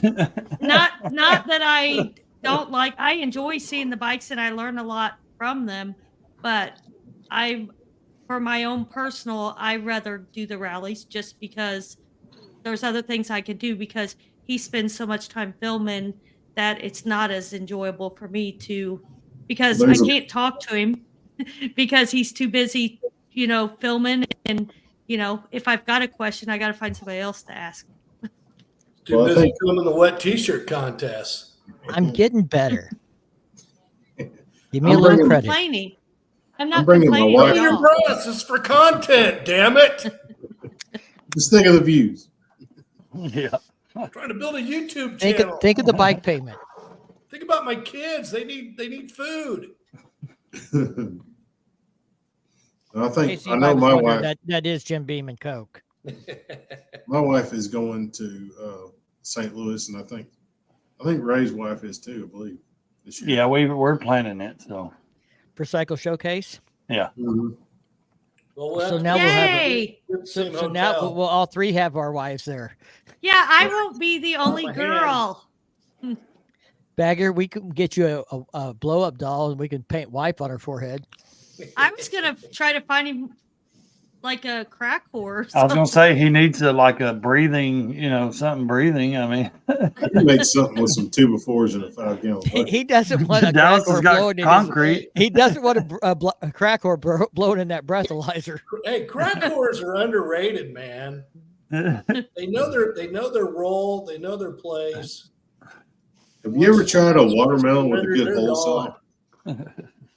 Strippers and glitter. But the best thing about a hooker is they, after you pay them, they leave. Yeah, you don't pay them to stay; you pay them to leave. That's right. Oh Lord.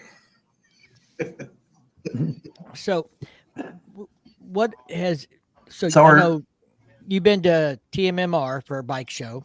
Mhm. Has anybody in here else been to any like kind of premier bike shows besides Cycle Showcase? Like the Born Free or Mama Tried kind of thing. No, I'd love to do the Born Free. Me too. I would like to go to Fuel Cleveland. I'd like to try a bunch of them. It's just, you have to set a schedule. Even though I don't work anymore, I do have children, and so it's hard to really just leave and not come back for 6 months. I mean, Hey, I want to give a shout out to somebody here. I got a free T-shirt in the mail the other day. Factory Match sent me a T-shirt. If you guys are ever needing paint matched fenders, tanks, that kind of stuff, this guy paints clockwork fenders and stuff. That's where my slicer fender came from. And just out of the Clear Blue the other day, he's like, "Hey, bro, I want to send you a T-shirt because I share his stuff on Instagram and everything." So give him a shout out and thanks for the free shirt, brother. cool. Yeah, Mama Tried's not very far after Cycle Showcase.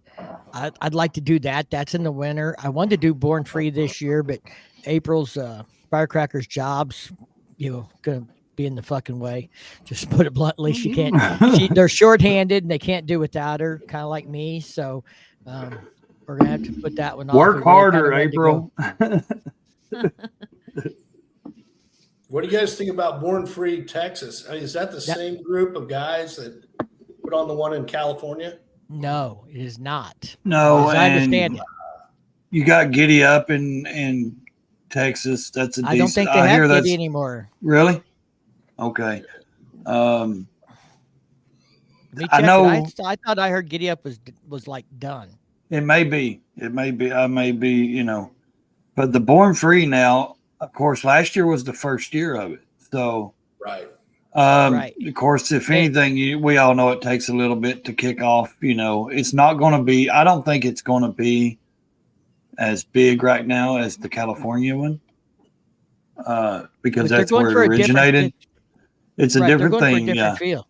They're going for a camp out. And the grounds. If you look at the grounds now, I've seen it on video.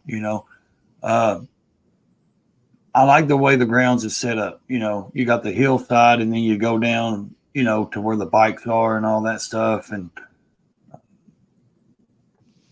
so, yeah, I wanted to kind of go. We were looking at it.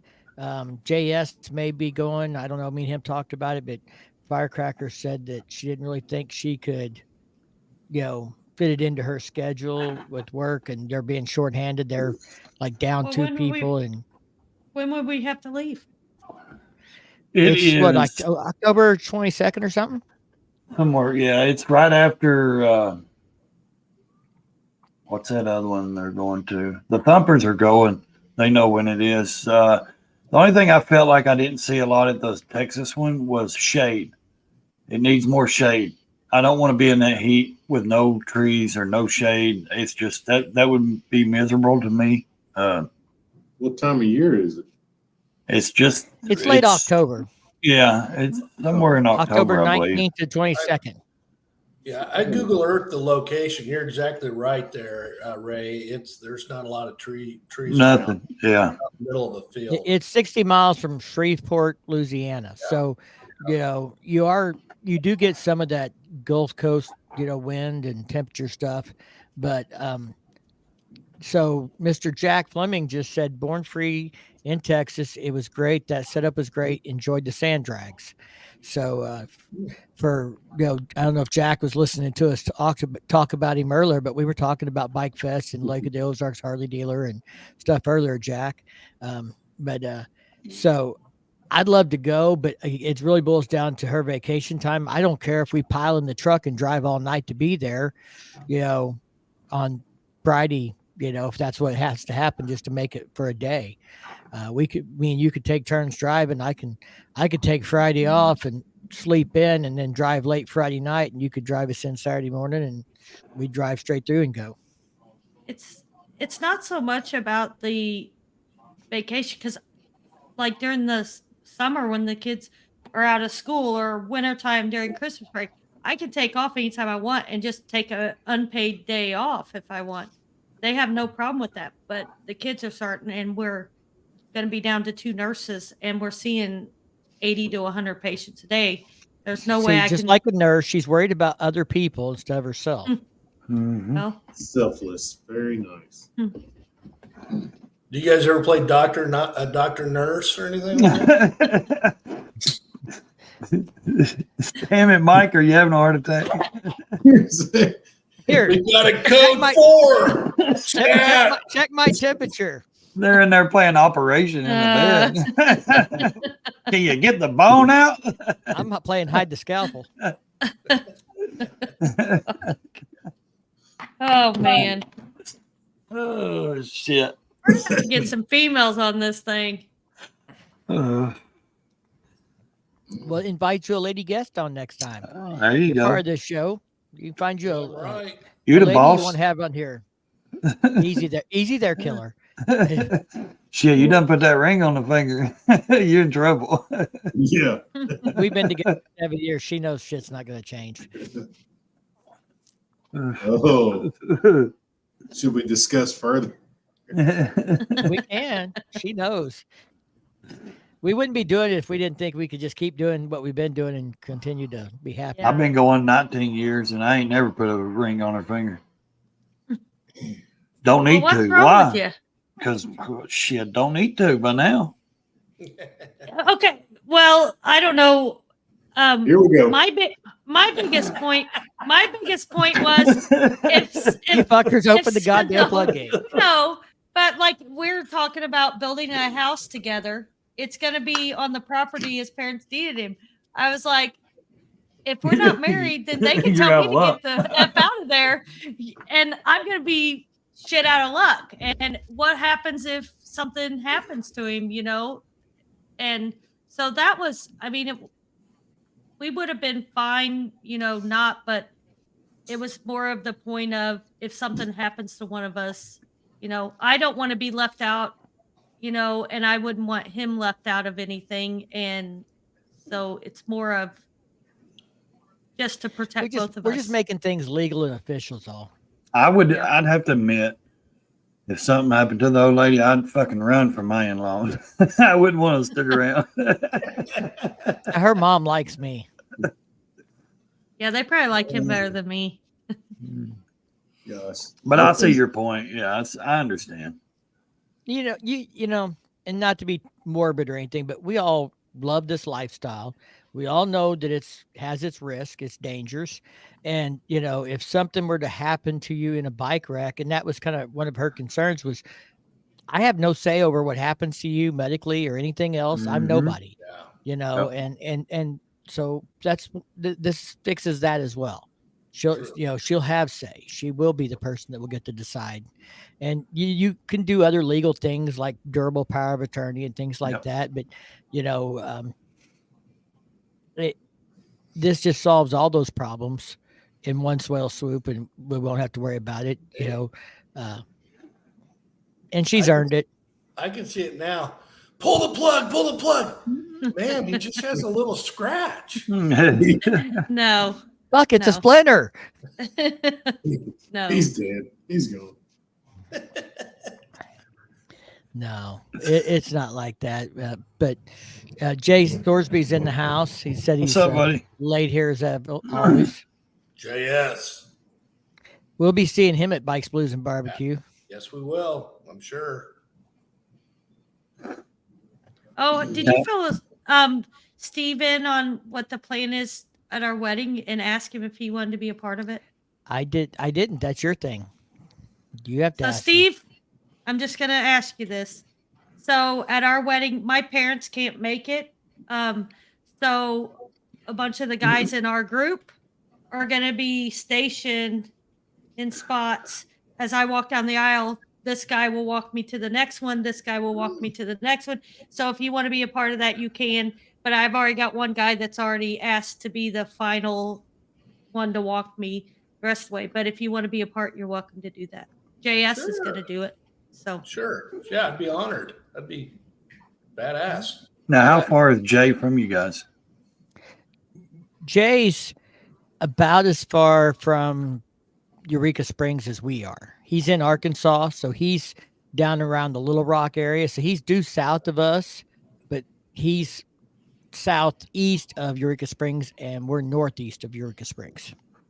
And he could probably make it to us about as fast as we could make it to Eureka Springs or close to it. He might be a little longer, but he's pretty much straight due south of us. He came to the Ozarks camp out. 5 hours. He came to the Freedom Rally too. Oh yeah, his wife loves the Freedom Rally. So Jay's wife is she likes to observe people being comfortable and just cutting loose. And Dallas, you cut that shit out. So she really enjoyed the Freedom Rally because people are being themselves wholeheartedly. There's they're smoking dope, or they're running around naked, or doing whatever, they riding their bike around the park naked, whatever it is that floats their boat, they're doing it. And she just got a kick out of watching people being that comfortable and that free, kind of thing. During our bike games and human games, I mean, it's nothing. Those women will get down totally naked, rolling around in 90-degree weather in straw, a bale of hay, looking for fucking beer half that hot was beer in there. I mean, and they get naked on every game. I mean, it's a really fun time. And Steve, you don't have a woman? My Lord. Steve hasn't come to it. I'm not sure he can handle it. I'm gonna say all them women running around like that. That sounds like heaven to me. You should come, Steve. Hey, that's the problem. I probably would. Hey, Jay's got something here. I think me and Dallas could win the Mr. Buns. So Dallas, do you got any dance moves?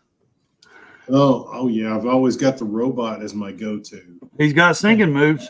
Because we have a Mr. Buns contest, and it is no holds barred. It's skin to win. Fellas like to tie a Crown Royal sack around it and get out there and do the helicopter. Some guys just show it too. Yeah. That's not me.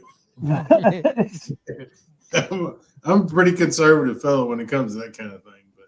But if you get enough moonshine in you, you might find a new side of yourself. Yeah. I mean, I used to be pretty big into like weightlifting and that kind of stuff back when I was younger. And even then, I was the guy that was too shy to even take my shirt off. So I just wouldn't do it.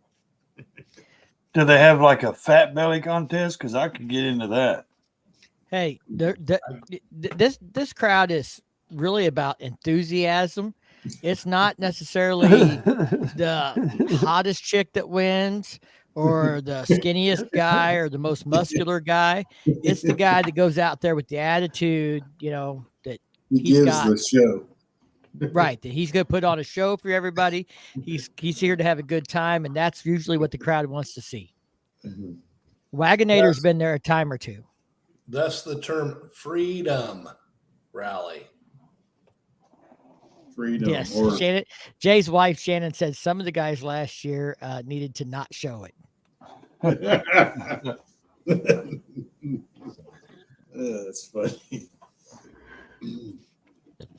At least they had a good time. I mean, yeah, we have a good time there. That's what I was Dallas, when we were out telling you this morning, that we need to be out there next year. Oh, I mean, literally, we were talking this morning, yeah. And I was like, dude, we've got to get out there to Mike. We've got to get out there to, the spring fling kind of seems like it's probably still cold and wet. So I don't want to be miserable. I mean, just me, that's me. Anybody else wants to ride in the rain, do all that, fine. That's your business. But for me, I think that, I like fair weather to travel. Well, if you like the campground atmosphere and like everybody in one place, you would enjoy the Freedom Rally. It's about 1,200 to 1,400 people attend annually. It's been as high as 3,000 in the past. We're trying to grow that. I'm the chairman again this year. Firecracker is going to help me book bands. We'll have bike field events on Friday, Saturday, and Sunday afternoon. We'll have a bike game. There's a wet t-shirt contest that is you are not allowed to show skin to win in it. You have to leave your shirt on till after you win, at least. And usually, once it's settled, the winner will flash everybody or whatever. But if you show skin before the decision is done, then you're out. And then we have a Miss Freedom contest, and we have a Mr. Buns contest. Those are all a good time. We have last year we had a dyno guy there doing dyno runs and stuff. One year here we had a guy there that did dyno drag racing. So we try and find good things to put on to entertain people. We don't have like big vendors. It's not going to be a JP Cycles. What there is going to be is Bruce the Burrito Man, who's going to have a breakfast burrito that is going to make you feel a lot better in the morning when you wake up hungover. That kind of thing. There's food vendors. There's somebody selling leather and sewing on patches. Cowboy Chris will be there with some goods and stuff like that. But it's really about kind of the party and the bands and just hanging out and visiting with the people that you camp with every year there. Does Fender Bunny make it there? If she's made it there, I wouldn't know because I don't really follow her enough to recognize her. The watermelon crawl. You mean she's got some watermelon? If you guys don't know, Fender Bunny lives real close. Yeah, she's not far. I think she did a float trip in Eminence, which is less than an hour and a half from us, but I think she's from the Cherryville area, which is even closer to us. I don't know exactly where. Never really was that concerned about it. Yeah. The Burrito Man is my favorite morning food. The Burrito Man. Him or the burrito? Don't be picking on Burrito Bruce, boys. He's a legend and a rock star. Guys will come and want to come in just to go see Burrito Bruce and get a burrito, even if they don't want to come to the rally. We're like, you got to pay admission to come in the gate. I don't care if you're here for a burrito or the weekend. Mm-hmm. Well, as long as the Burrito Man's not competing in the Mr. Buns contest. He's too busy making burritos for people all weekend. It's a special sauce that keeps people coming back. If I had a burrito, I'd compete in that Mr. Buns contest, but Little Smokey ain't gonna get it done. Maybe if you wrap the Little Smokey up in a 12-inch tortilla, people won't notice. Oh man. It's a good event. It's a fun little rally. We have a lot of fun. It's, some people say like Little Sturgis is like this on steroids. I've not been to Little Sturgis, but it's still, we have a fun time. It's a good event. If you're looking for a campground event, that's the kind of event you want to come to. Yeah. Little Sturgis in Kentucky. Now I haven't been yet, but just from what I know about it, it's an all out, whatever you want to do. I mean, I'm the chairman for the Freedom Rally, and pretty much I have one kind of like golden rule. And the golden rule is if you're not hurting yourself and you're not hurting anybody else, I don't want to fucking hear about it. Yeah, exactly. I mean, they put up little pools and lay out naked all day and watch motorcycles go by and, and do their thing. And I'd say a lot of people talk about Glencoe and Sturgis being, pretty wild. So stripper poles, stuff like that. I think Little Sturgis is pretty much, like that. Because once you get in there, I mean, you don't really need to leave. We don't. I mean, there's alcohol, there's food, there's entertainment of some kind most of the day. It is on Memorial Day weekend, and that is to honor our fallen troops. That's why it's that weekend. We've had people try and tell us we need to move it. There's too much going on that weekend. We'll never move it. It'll either happen that weekend or it won't happen, because that's a big part of why we do it. On Sunday, we have a memorial service, and they have a wreath, and they take it over to a veteran cemetery about 15 miles away, and they put it out in the veteran cemetery that day, and it stays there all day to honor our fallen. We have church service on Sunday morning if you want to participate in that. The CMA's there doing bike blessings, So there's a little, there's plenty of things going on. That's not everything is for every person, but you're also all adults. So, entertain your damn self. And we have the rolling thunder at midnight. But not only we do it for our veterans, but also like it's at the Shrine Club. So if you can bring your own alcohol in, but like we bring ours, but we also try to support them too. But part of your gate entry and any of the alcohol sales goes to the Shriners, which all these Shrine Clubs, their money goes directly to the Shriners Hospital. So it's for a good cause too. Right. We don't advertise as a charitable thing because we don't have any control over that side of it. But, they do. This event is a big part of how they make money, and it helps them as well. So there is that charitable aspect of it as well. Hey, I hate to cut loose a little early, but I'm going to have to take care of something. Hey, you go take care of that burrito. It's okay, buddy. Don't take care of itself. Thing ain't gonna eat itself, is it, honey? Thank y'all. Thanks for having me on. And Have Well, fun thank playing you for being Dr. part of the Nurse. show. Ray, I'll holler at you tomorrow. All right, buddy. Be good. See you See you, later. Dallas. See you, Steve. See you. I know they have. Well, that's like the Indian Larry block party. They got that coming up. They do the 9/11 run is going to end there. They do a 9/11 run there, and it ends at the Indian Larry block party there in New York. I think it's the Bronx or somewhere they do it. Somewhere there, and I believe that is. I think that's pretty soon. It's coming up pretty quick. I was talking to Nick, Knives by Nick. I don't know if y'all know who that is out of Texas. Mm-mm. Okay, I know Jersey Nick. No, this is Knives by Nick. He's out of Texas. He makes his own knives. He goes to these big chopper. He goes to a lot of chopper rallies, stuff like that.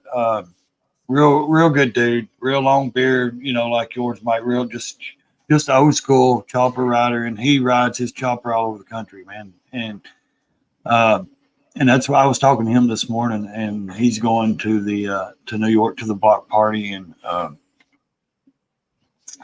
I think that's good. They do the memorial ride, to where it ends there, like y'all are doing the reef, that stuff for the military, and Yeah. I don't blame you. That's something we need to honor, and keep alive. It is. And Ray, I just thought about something that, I know me and you both shared a post about it and stuff, but maybe we ought to mention it on here and remind everybody that we have a content creator who goes to rallies, whose wife had to have emergency surgery. And, so if everybody keeps Marie in your prayers, I'm sure Mexi Phil will appreciate that and stuff. And we hope she has a full recovery and that they come out on the other side of this thing okay and stuff. So, yeah, Eli, he's a great guy, man. If you don't know him, he's not just a vendor, man. He's a retired military guy. And if you get to know him, man, they're the nicest people. I mean, they really are. They're great. They're great friends. They're real polite. Yes, he's a vendor. He does travel. She does a lot of the work, of course, with the bandanas. But yeah, man, she's going through this surgery, and I messaged him yesterday, and I'm still waiting to hear back from him. So, because that, as well as I do, anything to do with brain surgery or anything like that, that's some serious stuff. And yeah, everybody just needs to, keep them in their thoughts, and prayers. So, Does he have a YouTube channel? I know he does a great job of videotaping rallies. He does. Yeah, he does it. He is it under Mexi Phil? Yeah, it's under Mexi Phil's travels. With an I F. think it is. Yeah, Phil with an F. Yeah, he does videos. He does a lot of live streams when he's usually at the rally. Yeah, I mean he was telling me, he loves to give out the information of where, who's there, where they're at, not just him, other vendors, other people, and what locations they're in. Excuse me. And what really blew him up a lot, it was doing, Sturgis, those videos, just really, the live streams out there. And, yes, he's got a job to do, but he tries to bring entertainment as well, to everybody else. So it ain't just about his business, in my opinion, because, he promotes their headbands, but also he walks around. He don't just sit there in his tent. He walks around and shows other vendors, always giving them shout out, or just shows the rallies. So great guy. We have a comment here from Erin, who said, I spoke with Eli today. She is recovering, but it's going to be a long road. So keep her in her prayers. They've got a ways to go. I know they were planning on being at Bikes, Blues, and Barbecue. I would expect that plan has changed at this point, but that's for them to say. But, I imagine that they need to do what they need to do to take care of her. We'll see him at the next one. Yeah, in the past, they've usually been at the Harley Davidson dealership there in Eureka. Yeah, well, they were at the Cat House last time we saw them. I was on one of these streams at the Cat House. Somebody else said, talking about peeps on YouTube, they heard today that Scooter Tramp Scotty got pulled from the tube. Huh. Now I subscribed to him, so I guess I can go check that pretty easy. But I had not heard that, and I don't know what he would get pulled for. I mean, I know he has some different political views, but he's usually pretty careful but not about that what he bad. puts on. I was going to YouTube. say, yeah, because there's how much political stuff is on YouTube that's really, really extreme.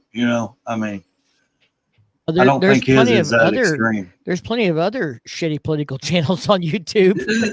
That's what I mean. There's so much, extreme. Why would he get pulled over that? I know one time he was talking about how he. So here's a video under the. Hang on, guys. Here's a video under the name of his personal name, Scotty, with only 300 subscribers. That says Scooter Tramp Scotty, an update on my deleted channel, an update on censor YouTube. So I'll have to read this later, but it does appear to be some stuff going on here. I know one time he talked about this funny story about how he hooked up with this pornographic film crew and he got kind of caught in the middle of it. But out in the desert, surely that wouldn't get you pulled off YouTube. But was that the one out in the desert that he came across randomly? I was thinking that it was at Sturgis, and he ended up. I think his picture's even on the cover of the film. Well, there's plenty of shit on YouTube that needs to be pulled. Worse than what I've seen him do. That's what I'm saying. There's a lot of stuff that there's you a lot see of stuff somebody on there getting that has one of their no value. Yeah. And I've seen people's videos get blocked or pulled, and I'm like, really? Because this person over here is showing done way more than what this other person's done. And I mean, yeah, I can't even watch a short or a reel right now without seeing some stupid gal doing this wipe thing where they show her in half, dress clothes. It's like the trending thing, and that's all they want to show you. There's plenty of crap on there that has no value, not even really entertainment, and then they pull somebody like Scooter. That'd be interesting. Someone that actually has a story to tell. Yeah. He started another channel. Watched it last night. So I would say I've got this video up here. I'm gonna pause it so it doesn't play, but I am gonna subscribe to his new channel, and I'm gonna see if I can get you a link here to throw in the chat. And I would encourage everybody that if you're a Scooter Tramp Scotty fan, to probably go out and subscribe, because I'm sure he needs the subscribers to get back to being monetized.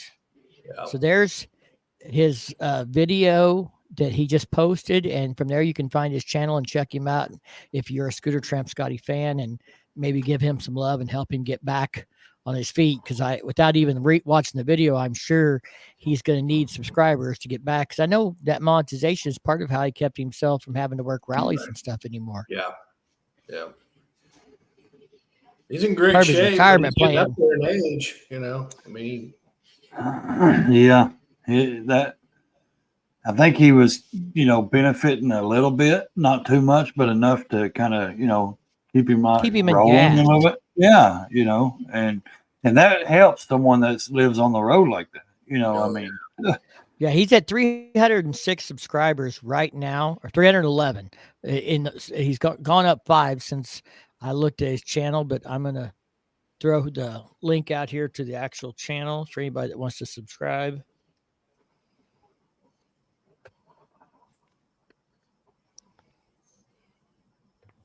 Yeah, even if you don't watch, he's going to have to hit the 4,000 hours and, the 1,000 subscribers.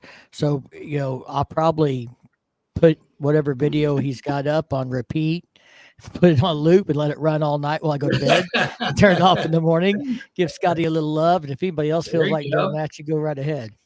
Yeah. Because, this goes back to that, as content creators, there are content creators, I think, even if I don't agree with all of his political views or anything else, I think Scotty is trying to put out content, real meaningful stuff, not, just flashing his tits or, saying whatever trending topic there is to get 50,000 views. Like I said, he's got not making shit up. Yeah, not like some content creators just making shit up to make a video on some woke topic so they can get a bunch of views. Some of the places he camps out at, man, it's just unbelievable. Yeah, and I mean, he's lived it. It's his story, and and actually, if you really watch certain videos, I mean, he can teach you how to travel. You know what I mean? I mean, how to get by and how to do that. Right, and teach you about, like, he spends like the whole winter in Mexico, and there are people that are afraid to cross the border, and he goes down there and lives for 3 months. Yeah. I mean, you might not want to go down there on the flashiest motorcycle you can find or whatever else. Well, but certain parts that you avoid, like he said, and then there's certain parts you can go to, so I mean, I find him interesting. Oh yeah. I like the gal from England that comes over to visit him. I think he's entertaining, and I think he's genuine. He's giving out the message he feels he needs to share with America. Whether you share the same viewpoints with him or not, he's doing it in a genuine, honest way. He's not saying things to get views. Yeah. What he says is what he believes. Oh, yeah. No doubt about that. April, why you been so quiet tonight? I am reading closed captioning on his channel where he put an update on his page, and he was saying a lot of the reason he got somebody that's on the inside looking at it, but the guy was telling him that computers when you do a appeal, that it's not real people looking at him, it's like computers. But he said that he got it axed because of comments. Huh. So I don't know. I was just reading closed captioning, watching the video he posted. So comments. That's weird. So you'd have to go watch his video. Reckon he's got bad comments, and they've, like someone has turned him in for his comments, not for his videos. Yeah, or now like Tweedledee. Now he had a video from Daytona, had some slime wrestling, but the girls had bathing suits on. There were 2 females that commented and complained, so they pulled the video. Didn't show no nudity or but he had somebody, there was, first of all, why are you letting your kids see that? You shouldn't be. And then the women was, and then one of them was saying something, I'm sure to the point, I think it was, about women, in bathing suits. Well, don't watch it. If you don't like to see other women that look better than you, don't watch. Why complain? Why turn somebody in, So. Because some people don't believe in people having the freedom to disagree with others. If you don't agree with them, they want to silence you. Yep. I have never, ever in my life unfriended somebody on Facebook or deleted somebody because of a political view. If I don't agree with their politics, I just scroll past, or I tell YouTube, don't show me this content, but I don't delete them. I mean, I have friends who have different political or social views, and we just don't talk about those things. We talk about, stage 2, bike upgrades, or, whatever else, or music, or whatever it is we have in common besides those political views. If we don't agree on those things, but I don't stop being their friend over them. And that's part of what's, I think, become a problem with our country is we're so divided that we feel like if you don't agree with me, you're the enemy. Yep. And we don't understand, or we don't consider that there could be a common ground or a middle ground, and or have a healthy debate. Right. Instead of having a debate where we try and help each other understand each other's viewpoints, instead we just want to silence each other. Mm-hmm. Hey, I do got something to say there, Mr. Ray. Yes, ma'am. You're missing a sticker on that laptop there. Yeah, I knew that was coming. Nobody sent me one. That's your fault. Well, you probably gave him yours at Cycle Showcase. I didn't have mine with me. No. Okay. Yeah, because I was going to mail you guys some, and Mike said, no, I want you to hand them to me in person. So I was like, okay. So. And she didn't bring hers because she was a naughty YouTuber and didn't bring her stickers. So that's her own fault. So what are you going to do about that, Firecracker? Are you going to tell Ray to send you his address so you can mail him some stickers? I'll send you some. Or I'll see him in February, won't I, for Cycle Showcase? Yep. You know what these are, right? Yeah, I know what those are. They're I'm so young. I'm so young. I don't know what those are or how to even do anything with those. You going to email him a sticker and let him print it himself? Yeah. Yeah. Mike, you'll be glad to know that I think I came up with a new logo, and I've got, I'm going to be getting some new stickers out and yada, yada. I told him, Ray, I told him he's got to work on his own brand. I mean, we love having him as a guest on here and stuff, but like, it's better when it comes from you. Yeah. Well, he needs to represent himself as well. He can be Bagger Bader and be on my YouTube channel, but Bagger Bader needs its own identity. It gives him something to grow and to stand on. And when people say, "Who are you?"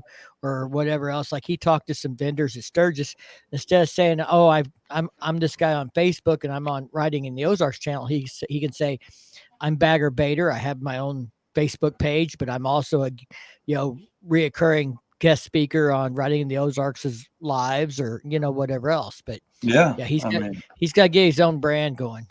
Yeah. So and you got to quit leaving. And you need to go to every Casey Motormade's bike event and like put your sticker on everything, so everybody sees it everywhere they go. You go. So, I don't know if you say do you say Zan Biker or XAN Biker? It's just okay, XAN. Okay. It's a Christian saying. It's just XAN. So he says he has Mike's sticker, but not mine. But I think he said he was going to BBB. So if we see him, then I will have my stickers there and my business cards. I finally got my own business cards too. Oh, cool. And I have poker chips. What's your business? I mean, what are you doing now? I mean, I know you're a nurse, but do you have a side hustle? She's got spam cards for Firecracker on 2 wheels, courtesy of Schmidt Law Firm. Yeah, they've been good to us. They got her some little business cards to hand out. They've got me business cards that we can hand out. So if we meet a vendor and we want to give them like, here's where you find me or whatever information. Yeah. I'm on these channels, blah, blah, blah. Yeah, I mean that's a good thing to have. I mean, most people, and Steve, when you're branding yourself, a lot of people go to the point of over branding. I, I think it needs. Now you're just on Facebook and Instagram, right? What really just Facebook. Okay, yeah. We've got a motorcycle Facebook page called The Road.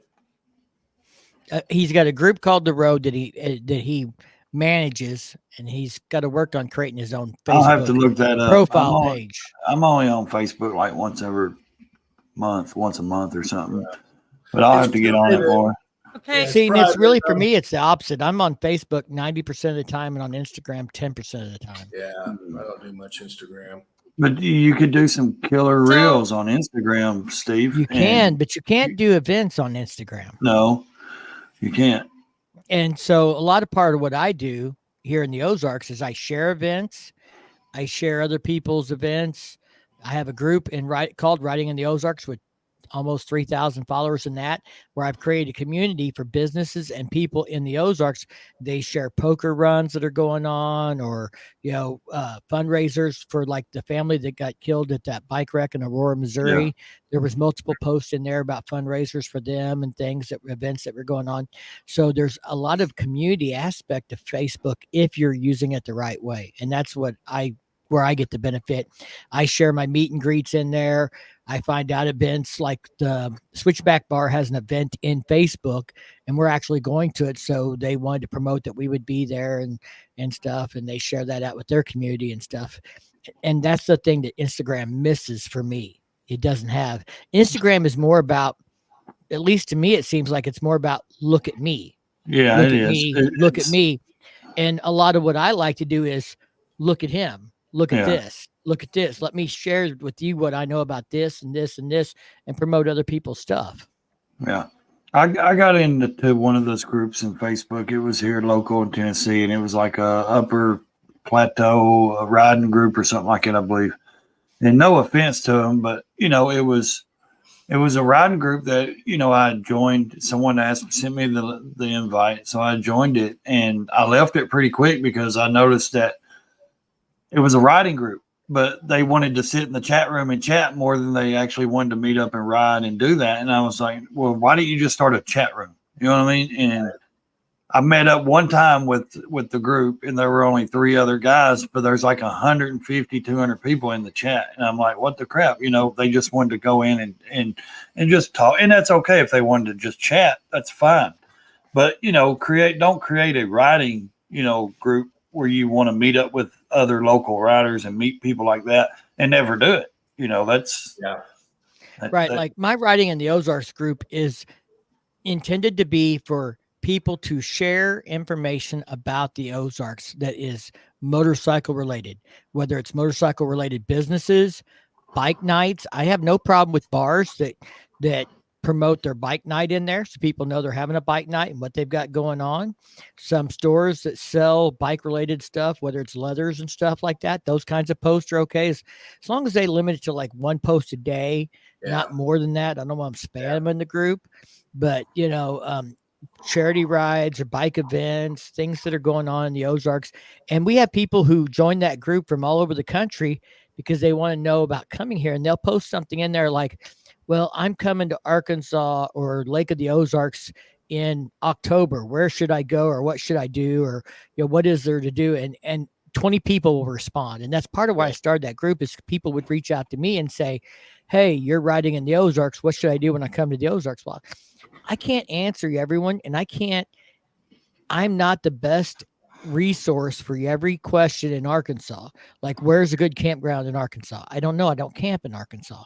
Yeah. So, but when I create this group and then they can put that question in there, somebody who lives and somebody who is camped in Northwest Arkansas is going to respond and give them good answers. And that's what that was for.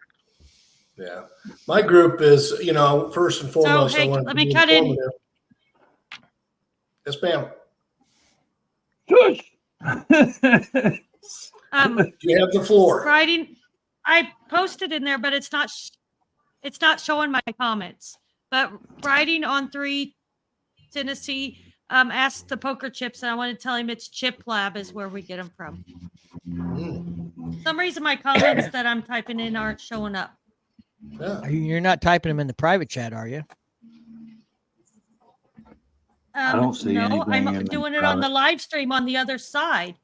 Are you on your channel though? Is that why Well, he's you're not only seeing you're it? only if you're doing All it in YouTube, then you might not see it there. If you do it in the StreamYard, I have no bar to type. I have no bar to type in the StreamYard. You can't. Oh, okay. Because that's because you haven't streamed to your audience from it. You can stream your channel from that, or join the stream or the chat. I mean. Oh, you see that blue button up there at the top? Stream this to your audience. Maybe you need to click on that. I'm already streaming it to her YouTube. Yeah. It's But she would have to be I in didn't her I channel. didn't realize she did. Yeah, I didn't realize she didn't have the ability to respond to the chat in there. I thought all the guests could. Yeah, I didn't know if and that's what I do sometimes. If I don't run, I could hit that stream to my audience as well, and I didn't know if Mike would want me to do that or not. So I just jump on my phone. If I want to leave a comment, I'll just go to the chat, and get into the live chat. Well, here's the deal. I turned on where guests can stream to their channel. So Ray, if you're ever on my live stream, you're welcome to stream this to your channel. Okay. Firecracker, we can change that so that you can stream to your own channel, and then you can answer comments that way or whatever, if that's what it takes. It would be easier for her to do that. You have a question on here from Bethany Lanen. Yeah, Bethany says, "Hey, Mountain Mike, what is the scoop on Cat House Friday during BBB?" And then below that, he says, "This is Cornbread chatting from Pebble's account." So, Cornbread is one of the members on my Riding in the Ozarks channel. So he's a supporter. And what he's talking about is, I mentioned I was going to do a members only video about our wedding and stuff. So I posted that, and he commented on it, and he asked if we were doing something at the Cat House Saturday night. And I said, I don't know what we're doing on Saturday night, but we will be at the Cat House on Friday night. The official meet and greet, I think, is 7 to 9 or something, or whatever. But I'm going to be there from 6 o'clock to 8 o'clock at least. And we're partying for our pre-wedding. Yeah, we're doing a pre-wedding. Hopefully, we don't get too drunk. The night before party will be at the Cat House on Friday night. We will be there. I will be there by 6:30 at the latest. We'll be at the Switchback Bar before that on Friday, and then we're going to ride up to the Cat House, and we'll be partying at the Cat House on Friday night with our friends and stuff. But Cornbread, you are welcome to come join. That's why I put that video out to my members that support the channel.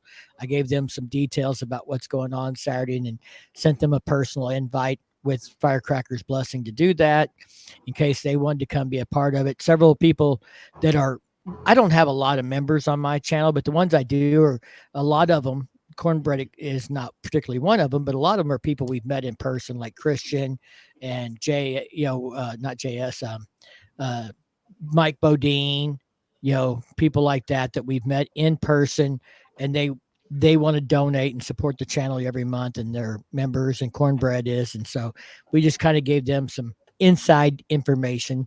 I think as a member, that was something I could extend to them that I don't extend to everybody else, to show my appreciation. Cool. Now, speaking of members and subscribers and all that good shit, there's somebody else on here who's not pimped his own shit at all. Mm-hmm. Yes. And I think he's going to have to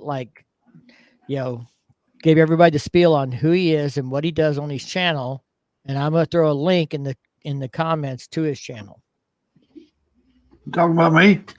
And don't stand there. Don't stand there and act like you don't know who I'm talking about, Ray. I don't like to throw that out. That's rude to get out there and talk about your own shit on somebody else's live stream.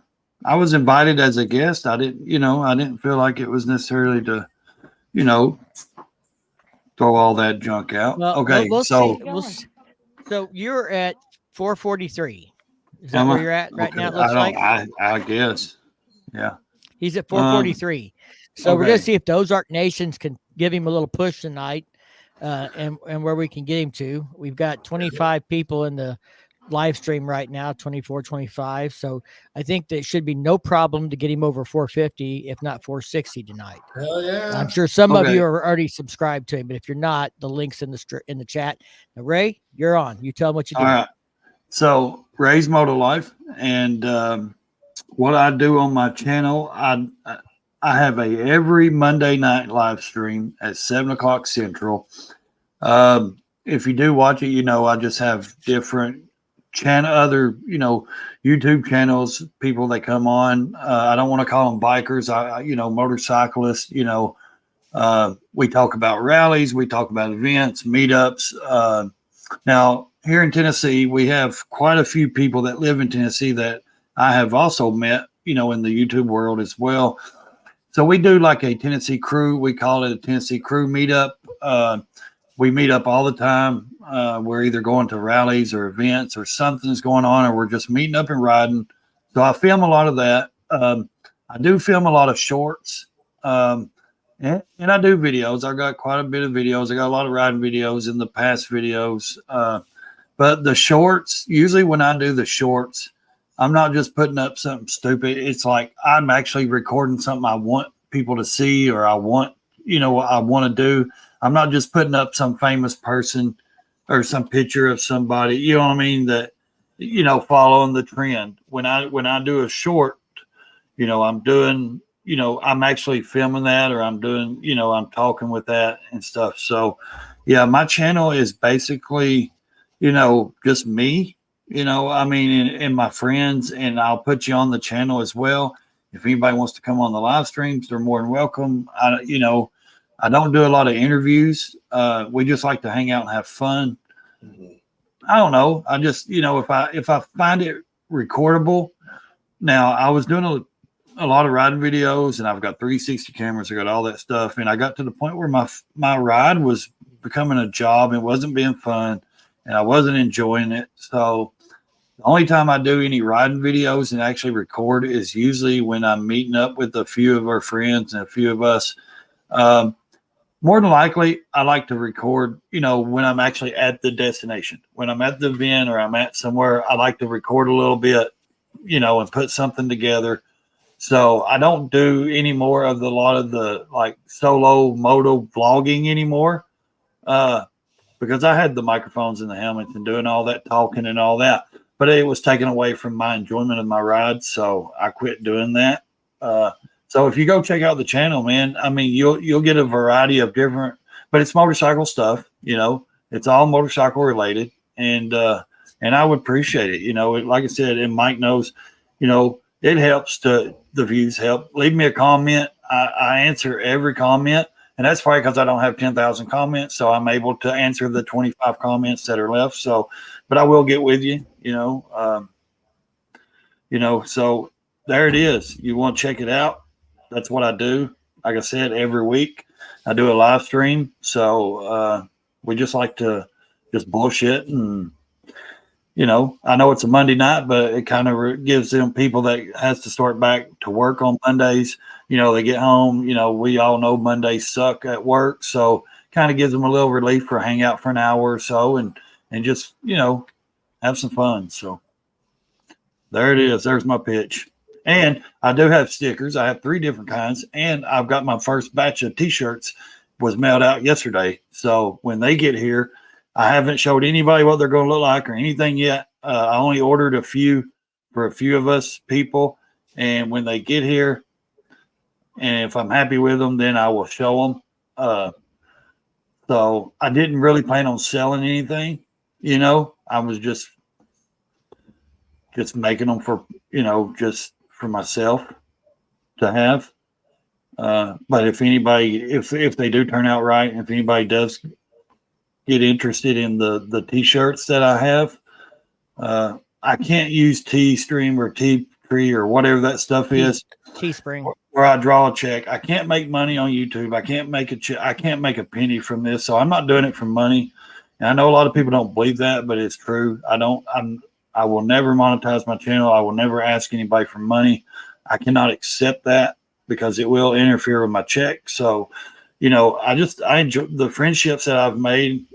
That's what I get out of this. So I can't have a business and make money unless it's like a $10 million business, then I'd do it, of course. But you know what I mean? It's got to more than interfere with your check. It's got to replace Yes. it. Yeah. So, like for the t-shirt thing, if anybody would be interested in that stuff, I would have to get with them and personally order them what they would want, So there it is, man.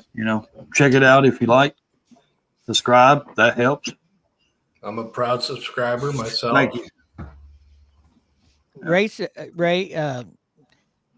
Jay said we got to get you over 462 so you have more than him. Oh, okay. Right.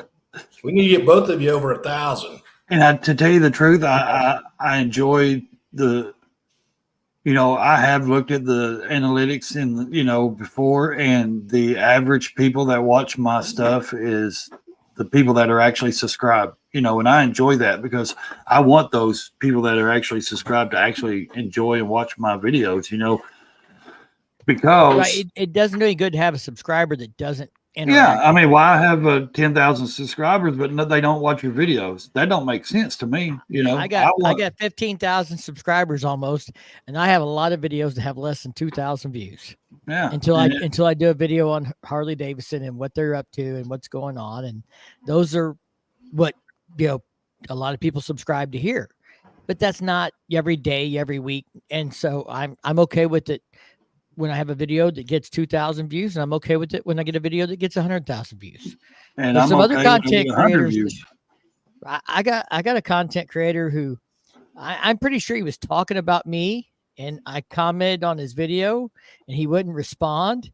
But he was talking about some old guy in his garage with his electric glide, talking about what Harley Davidson is doing with the next bike they're coming out with, and he sounded upset that I got 100,000 views on that video. See?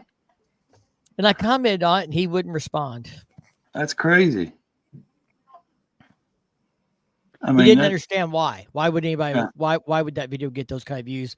Why would anybody want to watch this old fucker talk about that in his garage next to his electric glide? Well, did you ask him why he watched it? That's what you should have done. Well, then why did you watch it? I said, tell me you're talking about me, please. I said, I find it hilarious that you describe me as an old fucker in my garage with electric glide, and that you don't know the difference between an electric glide and a street glide, but that's okay. As a bike builder, you should probably know the difference, though. Yeah. I don't get some of the people. I don't, why are you even on YouTube if you're going to just bitch and talk shit? I saw something, and I think attitude goes a lot toward this. At the beginning, you're in competition, and then when you're at the top, you're collaborating. Mm-hmm. People see each other as competition, and they're trying to step on each other and everything else. Then when they get to the top, they want to work with other people and bring them to the top. Really? I don't see that. Well, and I don't know what the top is. But right, but I don't know what the top is. But my attitude is act the way you need to be where you want to be. If you want to be at the top, then act like you're at the top. Even when you're not, have that attitude, have that ambition, have that, do the best you can do. I mean, not all my videos are the same. Some get more work than others, but I try and put as much effort into each one as I can at the time. And, whether I've got 500 subscribers or 10,000 subscribers, that's been my attitude all the way along is, act the way you want for the job you want. And if you want to be successful at it, you want to be, people to like your videos, then, act like it. Don't act like they owe it to you. Put the effort into it. And I try and collaborate and support everybody that I like. There's some channels I've come across that I wouldn't give the time of day to. There's some people I won't allow in my Facebook group. And that's okay because I've seen the way they act. Yeah. Yeah. And I just don't want, you play with shit, you're going to end up with shit in your hands. Yep. Well, I don't play with shit. I don't want shit on my hands. So, you see people who act that way, you just kind of steer clear of them and go on and work with people and collaborate with people that you do want to be around. Yeah. You have another comment? Is it this one? Yep. Could you comment in the crowd at Sturgis. I know it was a rain factor. Here's what I'm going to tell you. I think this was a very weird Sturgis in the fact that it rained a lot in the beginning. I talked to, I'll just say who they are. I don't think they care. Mustang, who was selling seats right there at JP Cycles on Tuesday afternoon after we got done riding bikes with Harley Davidson. And he said they were almost out of inventory already on Tuesday. He said because of the rain, everybody went downtown and shopped because they couldn't go out and ride. And then I think after Tuesday, when the weather got better, everybody went out and rode and there was nobody downtown shopping. Yeah. So I think it was, instead of being maybe spread out throughout the week, it was one or the other. I heard that, Black Hills Harley Davidson sold 560 motorcycles that week. That's a good number. That sales were not bad because of the weather. I don't know what the crowd number is officially yet. I haven't seen anything on that. I probably should look into that, but I don't think that attendance was down. I just think that what you saw depended on what day of the week it was and what the weather was and what people had felt like they could go out and do and couldn't do. I do want to comment on this because there's been some people talking about it.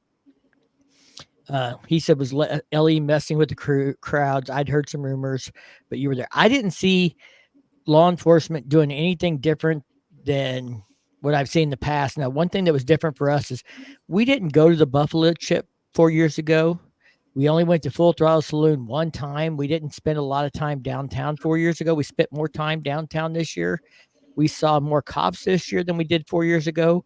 But I think that's because we were in the area that they need to be working, more. But they had more cars pulled over than they did bikes. Guaranteed. Yep. We counted them, and you would see if you saw 5 people pulled over, 4 out of 5 were cars for speeding, I would assume, because we saw cars passing bikes and bikes running the speed limit because they know they're going to be watched, and cars thinking they could get away with whatever because they're not bikes and it's bike week or whatever. But there was definitely more cars getting tickets than there were bikes all week long consistently.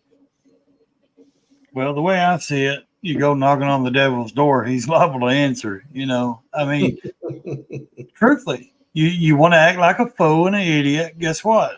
Law enforcement, they're going to mess with you. They're going to do their job. I don't think in my opinion, I don't put myself in those positions to get that law enforcement on me. You know what I mean? Yes, I know how to have fun.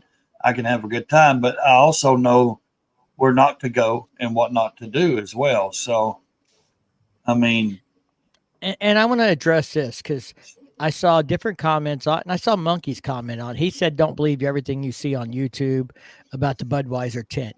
Now, we went to the Budweiser tent. Was it Tuesday afternoon, honey? We walked by there, and it was pretty empty. But it wasn't a tent; it was a parking lot with 2 or 3 canopies put up. One over the horse, one over counter where they were, handing out water or whatever they were doing. I didn't see there was no music, there was no beer garden, or anything that encouraged people to be there. It was stop, pet the horse, and go on kind of. Someone also told me that Budweiser stuff was there for something before Sturgis. Wasn't there the 3-wheeler rally and stuff going on before that, or the ATV or something, and they were there for that reason? So they may have done, something better or sales or something. I don't know. I'm just going off of what I've seen on not just YouTube, but some people, the news stuff, because it was actually on Fox News saying how bad, the Budweiser and stuff. But then they also said they was there before Sturgis as well. So, but everybody's got an opinion. Everybody's going to, I wouldn't say it wasn't dead most of the time. But I don't think they put up a tent that was intended to be full. Yeah. They didn't have shade for everybody. They didn't have chairs. They didn't have places to sit down, really. They did not put up a venue that, in my opinion, was intended to draw a crowd and keep a crowd. Well, they definitely weren't where the crowd was wanting to hang. I mean, they were on the front street. They were not on the main street where everybody parks their bikes and hangs out at the bars either. Yeah. So Yeah, they were over, I think, Lizelle, that is, instead of Maine.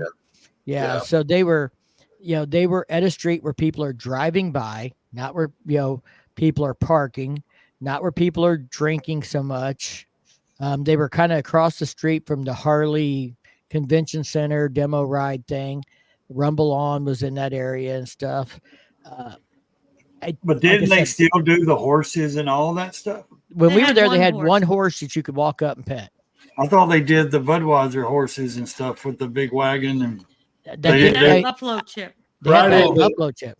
Friday Okay. they have a parade every year. They have a parade Okay. on Friday, and they had the Clydesdales out. Clydesdales. That's what I was trying to think of. Yeah, they had them out, and did the whole shebang. I mean, that's still an attraction. It's still Right. Well, something. and like they said it's- that in every one of their lives, because they walked by it and every time it was dead. And I'm not saying it wasn't dead. It was dead when we went by it. But I'm not sure that Budweiser went in there with the intent of having something for people to be at and to Mhm. draw a crowd, and that it failed. I think they more went in there and said, we'll be there. And they did kind of bare minimum, and they didn't really make a thing out of it or try and make a thing of it. I don't know that it failed. I just don't think they put an effort into it. Really. Well, and they didn't have any Minimal. that I seen, but I mean, we didn't really. I mean, we haven't went the last 3 years, so I don't know how it's been in the past. But I didn't feel like they didn't really have people out there trying to draw people in, and they didn't have any signage that I seen besides it just saying Budweiser, saying I beer think they here or were. anything like that. So I don't know how it normally is. So They may have Right. just been testing the waters. They may have not wanted the controversy. All the stuff. If they, you know what I mean, they may not Right. have wanted to. They wanted, maybe they just wanted to feel the crowd out, see if how they were going to react to them. They're a sponsor. They got to be there. So, they, I think, did kind of a bare minimum. Like I said, when we walked by, they didn't have a place for us to sit in the shade and take a break or offer us a water or anything else. There was a guy standing there. Oh, do you want to pet the horse? Well, she did Yeah. that. That took all of 10 seconds. And you walk on because there was really Yeah. nothing else to do. And that might have been all it was just kind of a big display. Yeah, just to try to get back into that community because they Well, know, Yeah, he said fair. $2 beer was their only draw. Nobody offered me a $2 beer because I'd Yeah. have drank it. I was gonna say they're a $1 billion company. They could take one Sturgis, just set something up like that just to test the water and see how people are going to react. They're not worried. Yes, they do concern about losing money, but are they really that concerned? To lose it there? I mean, yes, to a point, but they may have just been, like I said, they may have just been trying to see what was going to happen. I think Because I shared this 2 weeks ago. They a gal here in Kansas City is a bartender at One Eyed Jack's, and she said that somebody from Budweiser came in and bought 500 bottles of Budweiser and handed it all out. So Yep. they were trying to do some Promotion. creative marketing and promotion that way. And like Yeah, I said, and I think they're trying to ease back in that community. Right. And somebody said, that wasn't any different setup than the last 3 years. In the last 3 years, it was packed, especially during the rally on Sunday. And I'm not saying it wasn't. I haven't been there the last 3 years. I just didn't see anything that gave me a reason to stop. We walked through and they're like, yo, do you want to pet the horse? Nobody said, hey, do you want a $2 beer? I didn't see a sign that said $2 beer. I didn't see a No. shady place to sit down and enjoy a beer. It just didn't invite me in. Yeah. And there was maybe no if there was a attraction. crowd, maybe I'd have been Yeah. like, oh, hey, what's going on? But they weren't. They definitely And- didn't have a guy out there with the bullhorn said $2 beers. right. They'd have been packed if they. Yeah, people wouldn't have cared what. Yeah, if they would have threw out $2 beer, if they would have announced that, because When you're paying $8 for a I was Twisted gonna Tea say, at One Eyed yeah. Jack's, I'd have taken a Yeah. $2 beer in a heartbeat. I wouldn't have paid that because I don't drink beer, so I ain't got that to worry about. I don't have to worry about paying that high price. Too. I used to. Yeah, and they may have had a sign at the bar, but like I said, there wasn't anybody like, hey, do you want a $2 beer? We got $2 beers over here. The guy was like, hey, do you want to pet the horse? Okay, have a nice day. Yeah, So I don't. we just I don't kept think moving. And of course, those workers, they know what's going on, and they're hired to come in. They looked a little youngish too, and they know all the crap going on, and I'm sure they're like, damn, I don't want to say nothing to these people because how are they going to react? They may have been, They might have been thinking, afraid I'd say shove that beer up your ass. I don't know. yeah, I mean, they may have been like, I don't want to get nothing started, but they got a long road ahead of them, I think. I think there's a lot of things that need to be fixed. I think Harley Davidson doesn't do everything perfect. Neither does hell Budweiser. no. But I also don't think that, I think you make your point by how you spend your dollar. I think we've done that as a country and as a culture. We've said, don't do this shit. But I also don't think that, if you drive them to the point of bankruptcy, that's not going to solve the problem either. If you think you're going to just put Budweiser out of business and the next guy's going to be better, what are you going to do when the next guy does the same stupid shit?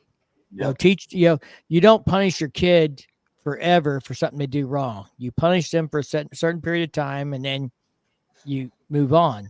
And I think it's the same thing with Budweiser. We punish them because of what Bud Light did, and we've made our statement. And at some point, you have to decide when you're done being salty over it. And some people are never going to be done being salty over it, and some are. Free country to a degree.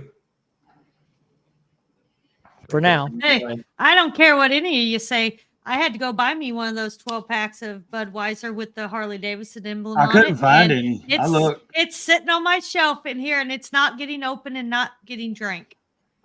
I actually looked. Great. If we find you one, you want us to grab you one, and we'll bring it to February. I don't even drink, and I was going to buy one just to set it up, just to have it. If we find another one, I'll grab you one, bro. All right.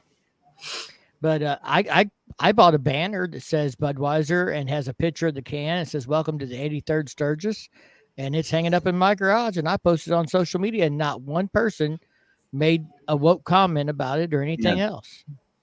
There's a certain set of culture that is adamant about it and wants to make a big deal out of it, and then there's a lot of people that have already moved on. Yep. Yeah. I didn't really care what they did with it. I didn't, you know what I mean? It wasn't my business how they market and how they, because I don't drink. So I don't, I don't get into that kind of stuff when it comes to, companies marketing that stuff. Yes. We all see it on, TV or on social media, it's out there a lot, the political side of it, the controversy of, this person did this or this company did this. And, and a lot of people, we all have opinions, but does that mean we have to express those opinions? I don't, because I don't care. You know what I mean? I don't care about that company enough. I don't use their product. So, and hey, if Harley Davidson teams up like they did with Budweiser or Budweiser team, is that going to stop me from buying the best Harley in the world? No. My favorite motorcycle that I like, is Harley Davidson. Now, just because they teamed up with Budweiser, does that mean I'm going to not buy the Harley? No, I'm not going to. I don't care. That's their marketing strategy, whatever. That doesn't apply to me because I love their motorcycle. I ride their motorcycle. So now I know some people say, well, you just said, Budweiser, you don't care. And I don't care because I don't drink, but I ride the motorcycle. So it doesn't bother me if people want to say, oh, fuck Harley, blah, blah, blah, blah. They're doing this. They're doing. I don't care because I love the bike. I'm going to ride it, and with the beer thing, I don't drink. So I don't care what they do. That's not my business. Right. It doesn't affect me, Right. And people, being in Missouri, I understand the Anheuser-Busch situation maybe better than some too. Budweiser doesn't own Bud Light. InBev owns Anheuser-Busch. Yeah. Anheuser-Busch is the parent of all of the Budweiser, Bud Light, Mick Ultra brands. Yeah. It's not, Budweiser's not over Bud Light. If you think that's the corporate structure, you're wrong. They're all part of Anheuser-Busch, which was bought out by InBev. If you want to look at it in a structural form, Bud Light is Budweiser's little brother, kind of thing. Budweiser's the old brand that's been around forever. Bud Light was the new brand that was created to appeal to younger people back in the early 80s or whatever it was, or 70s or something. But, you know, it's not a Budweiser's over Bud Light as much as it is those two sit underneath Anheuser-Busch, which sits underneath InBev. And InBev owns all kinds of drinks, you know, not just alcoholic drinks, but all kinds of drinks. Yeah, they're And, huge. you know, so if you want to be mad at somebody, be mad at InBev. They're the parent of Anheuser. Stop Be mad at drinking anything. Anheuser. Anheuser should have reeled Bud Light in. They make the decisions. Budweiser's just the one that's getting the fucking spanking over it for what their little brother did. Yep. Yeah. And every time you go into a market and grab a drink, you need, you know, you may be buying their drink, you know, so. Right. Yeah. If you want to if you want to hurt InBev, you better look at every brand they own and boycott all of them. Yeah. So yeah, they make Good Corona luck. and they make Corona, and there's several big names. The Indian dealer is usually doing demo rides at BBB. I would assume they are this year. I don't know for sure. The BMW was there last year. I rode an R18 there, so I expect them to be there. I would like to see Triumph there somewhere, but I don't, and they may be, but I didn't see them last year. All right, guys, I'm going to have to jump off here. We've been going for 2 hours and 35 minutes, and yeah, I think it's not time that to I call can't it go a night. longer, but you know, yeah, I've got to get up early and take care of some things in the morning. So, I think we should all probably call it a night. We've got off on the political thing long enough. yeah, thanks for the invite. You know, I hope you enjoyed the show. We appreciate having you on. Appreciate having Dallas on. And well, if we don't see you before February, we'll see you in February at Cycle Showcase. It sounds like I'll be, I'll be there. And March, I'll be in Daytona too. Yeah, okay. Yeah, Daytona's after that, so we'll see you in I'll be February. there too. Hopefully before. So, Steve, you need to come to Daytona, buddy. Yep. It's on the bucket list. Okay. Well, your bucket's getting old, so you better hurry up. No.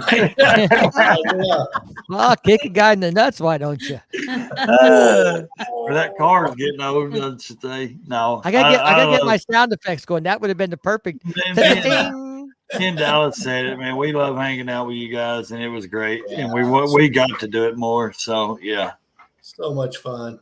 April, honey, it's always a pleasure. You know, you're a little quiet, but it's okay. I understand. You ain't got a big old glass of good stuff going down, and you know it. We need to be at a place I'm drinking together. Yeah.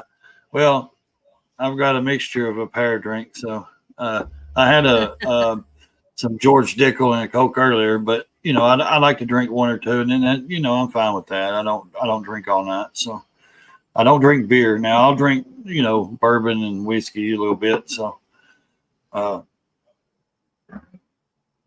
But like I said, thanks for having me on. Everybody in the side chat, thanks for showing up. If you showed up, maybe you've seen the post I posted in the 4 Discords I'm part of or in that. Thank you for coming over and hanging out with Mike. Make sure you subscribe to his channel. You know, he's always, got good lessons and teachings on certain things you need to know with Harley. And he likes to have fun and propose to women on his channel. So, so make sure you subscribe. And I'm going to shut up because that was my final thought. All right. Well, thank you guys. And well, I don't know if we've gotten you any further tonight, Ray. No. I'm going to refresh the screen and see. You're at 448. So we picked up a few. So yeah, went up a few. Okay. All right. So thank you. Thank you for joining us. Thank you, everybody. And if you haven't subscribed to Ray's Motolife, go check him out. And we'll see you all in about 2 weeks. See, where will we be in 2 weeks? What's that? That will be the Tuesday night before Bike Fest. So that'll be a good one. That will. I'll let you close it out. Peace out. All right. We'll see y'all. Thanks for joining us. Y'all stay safe. Keep on riding. We'll see you in the next one.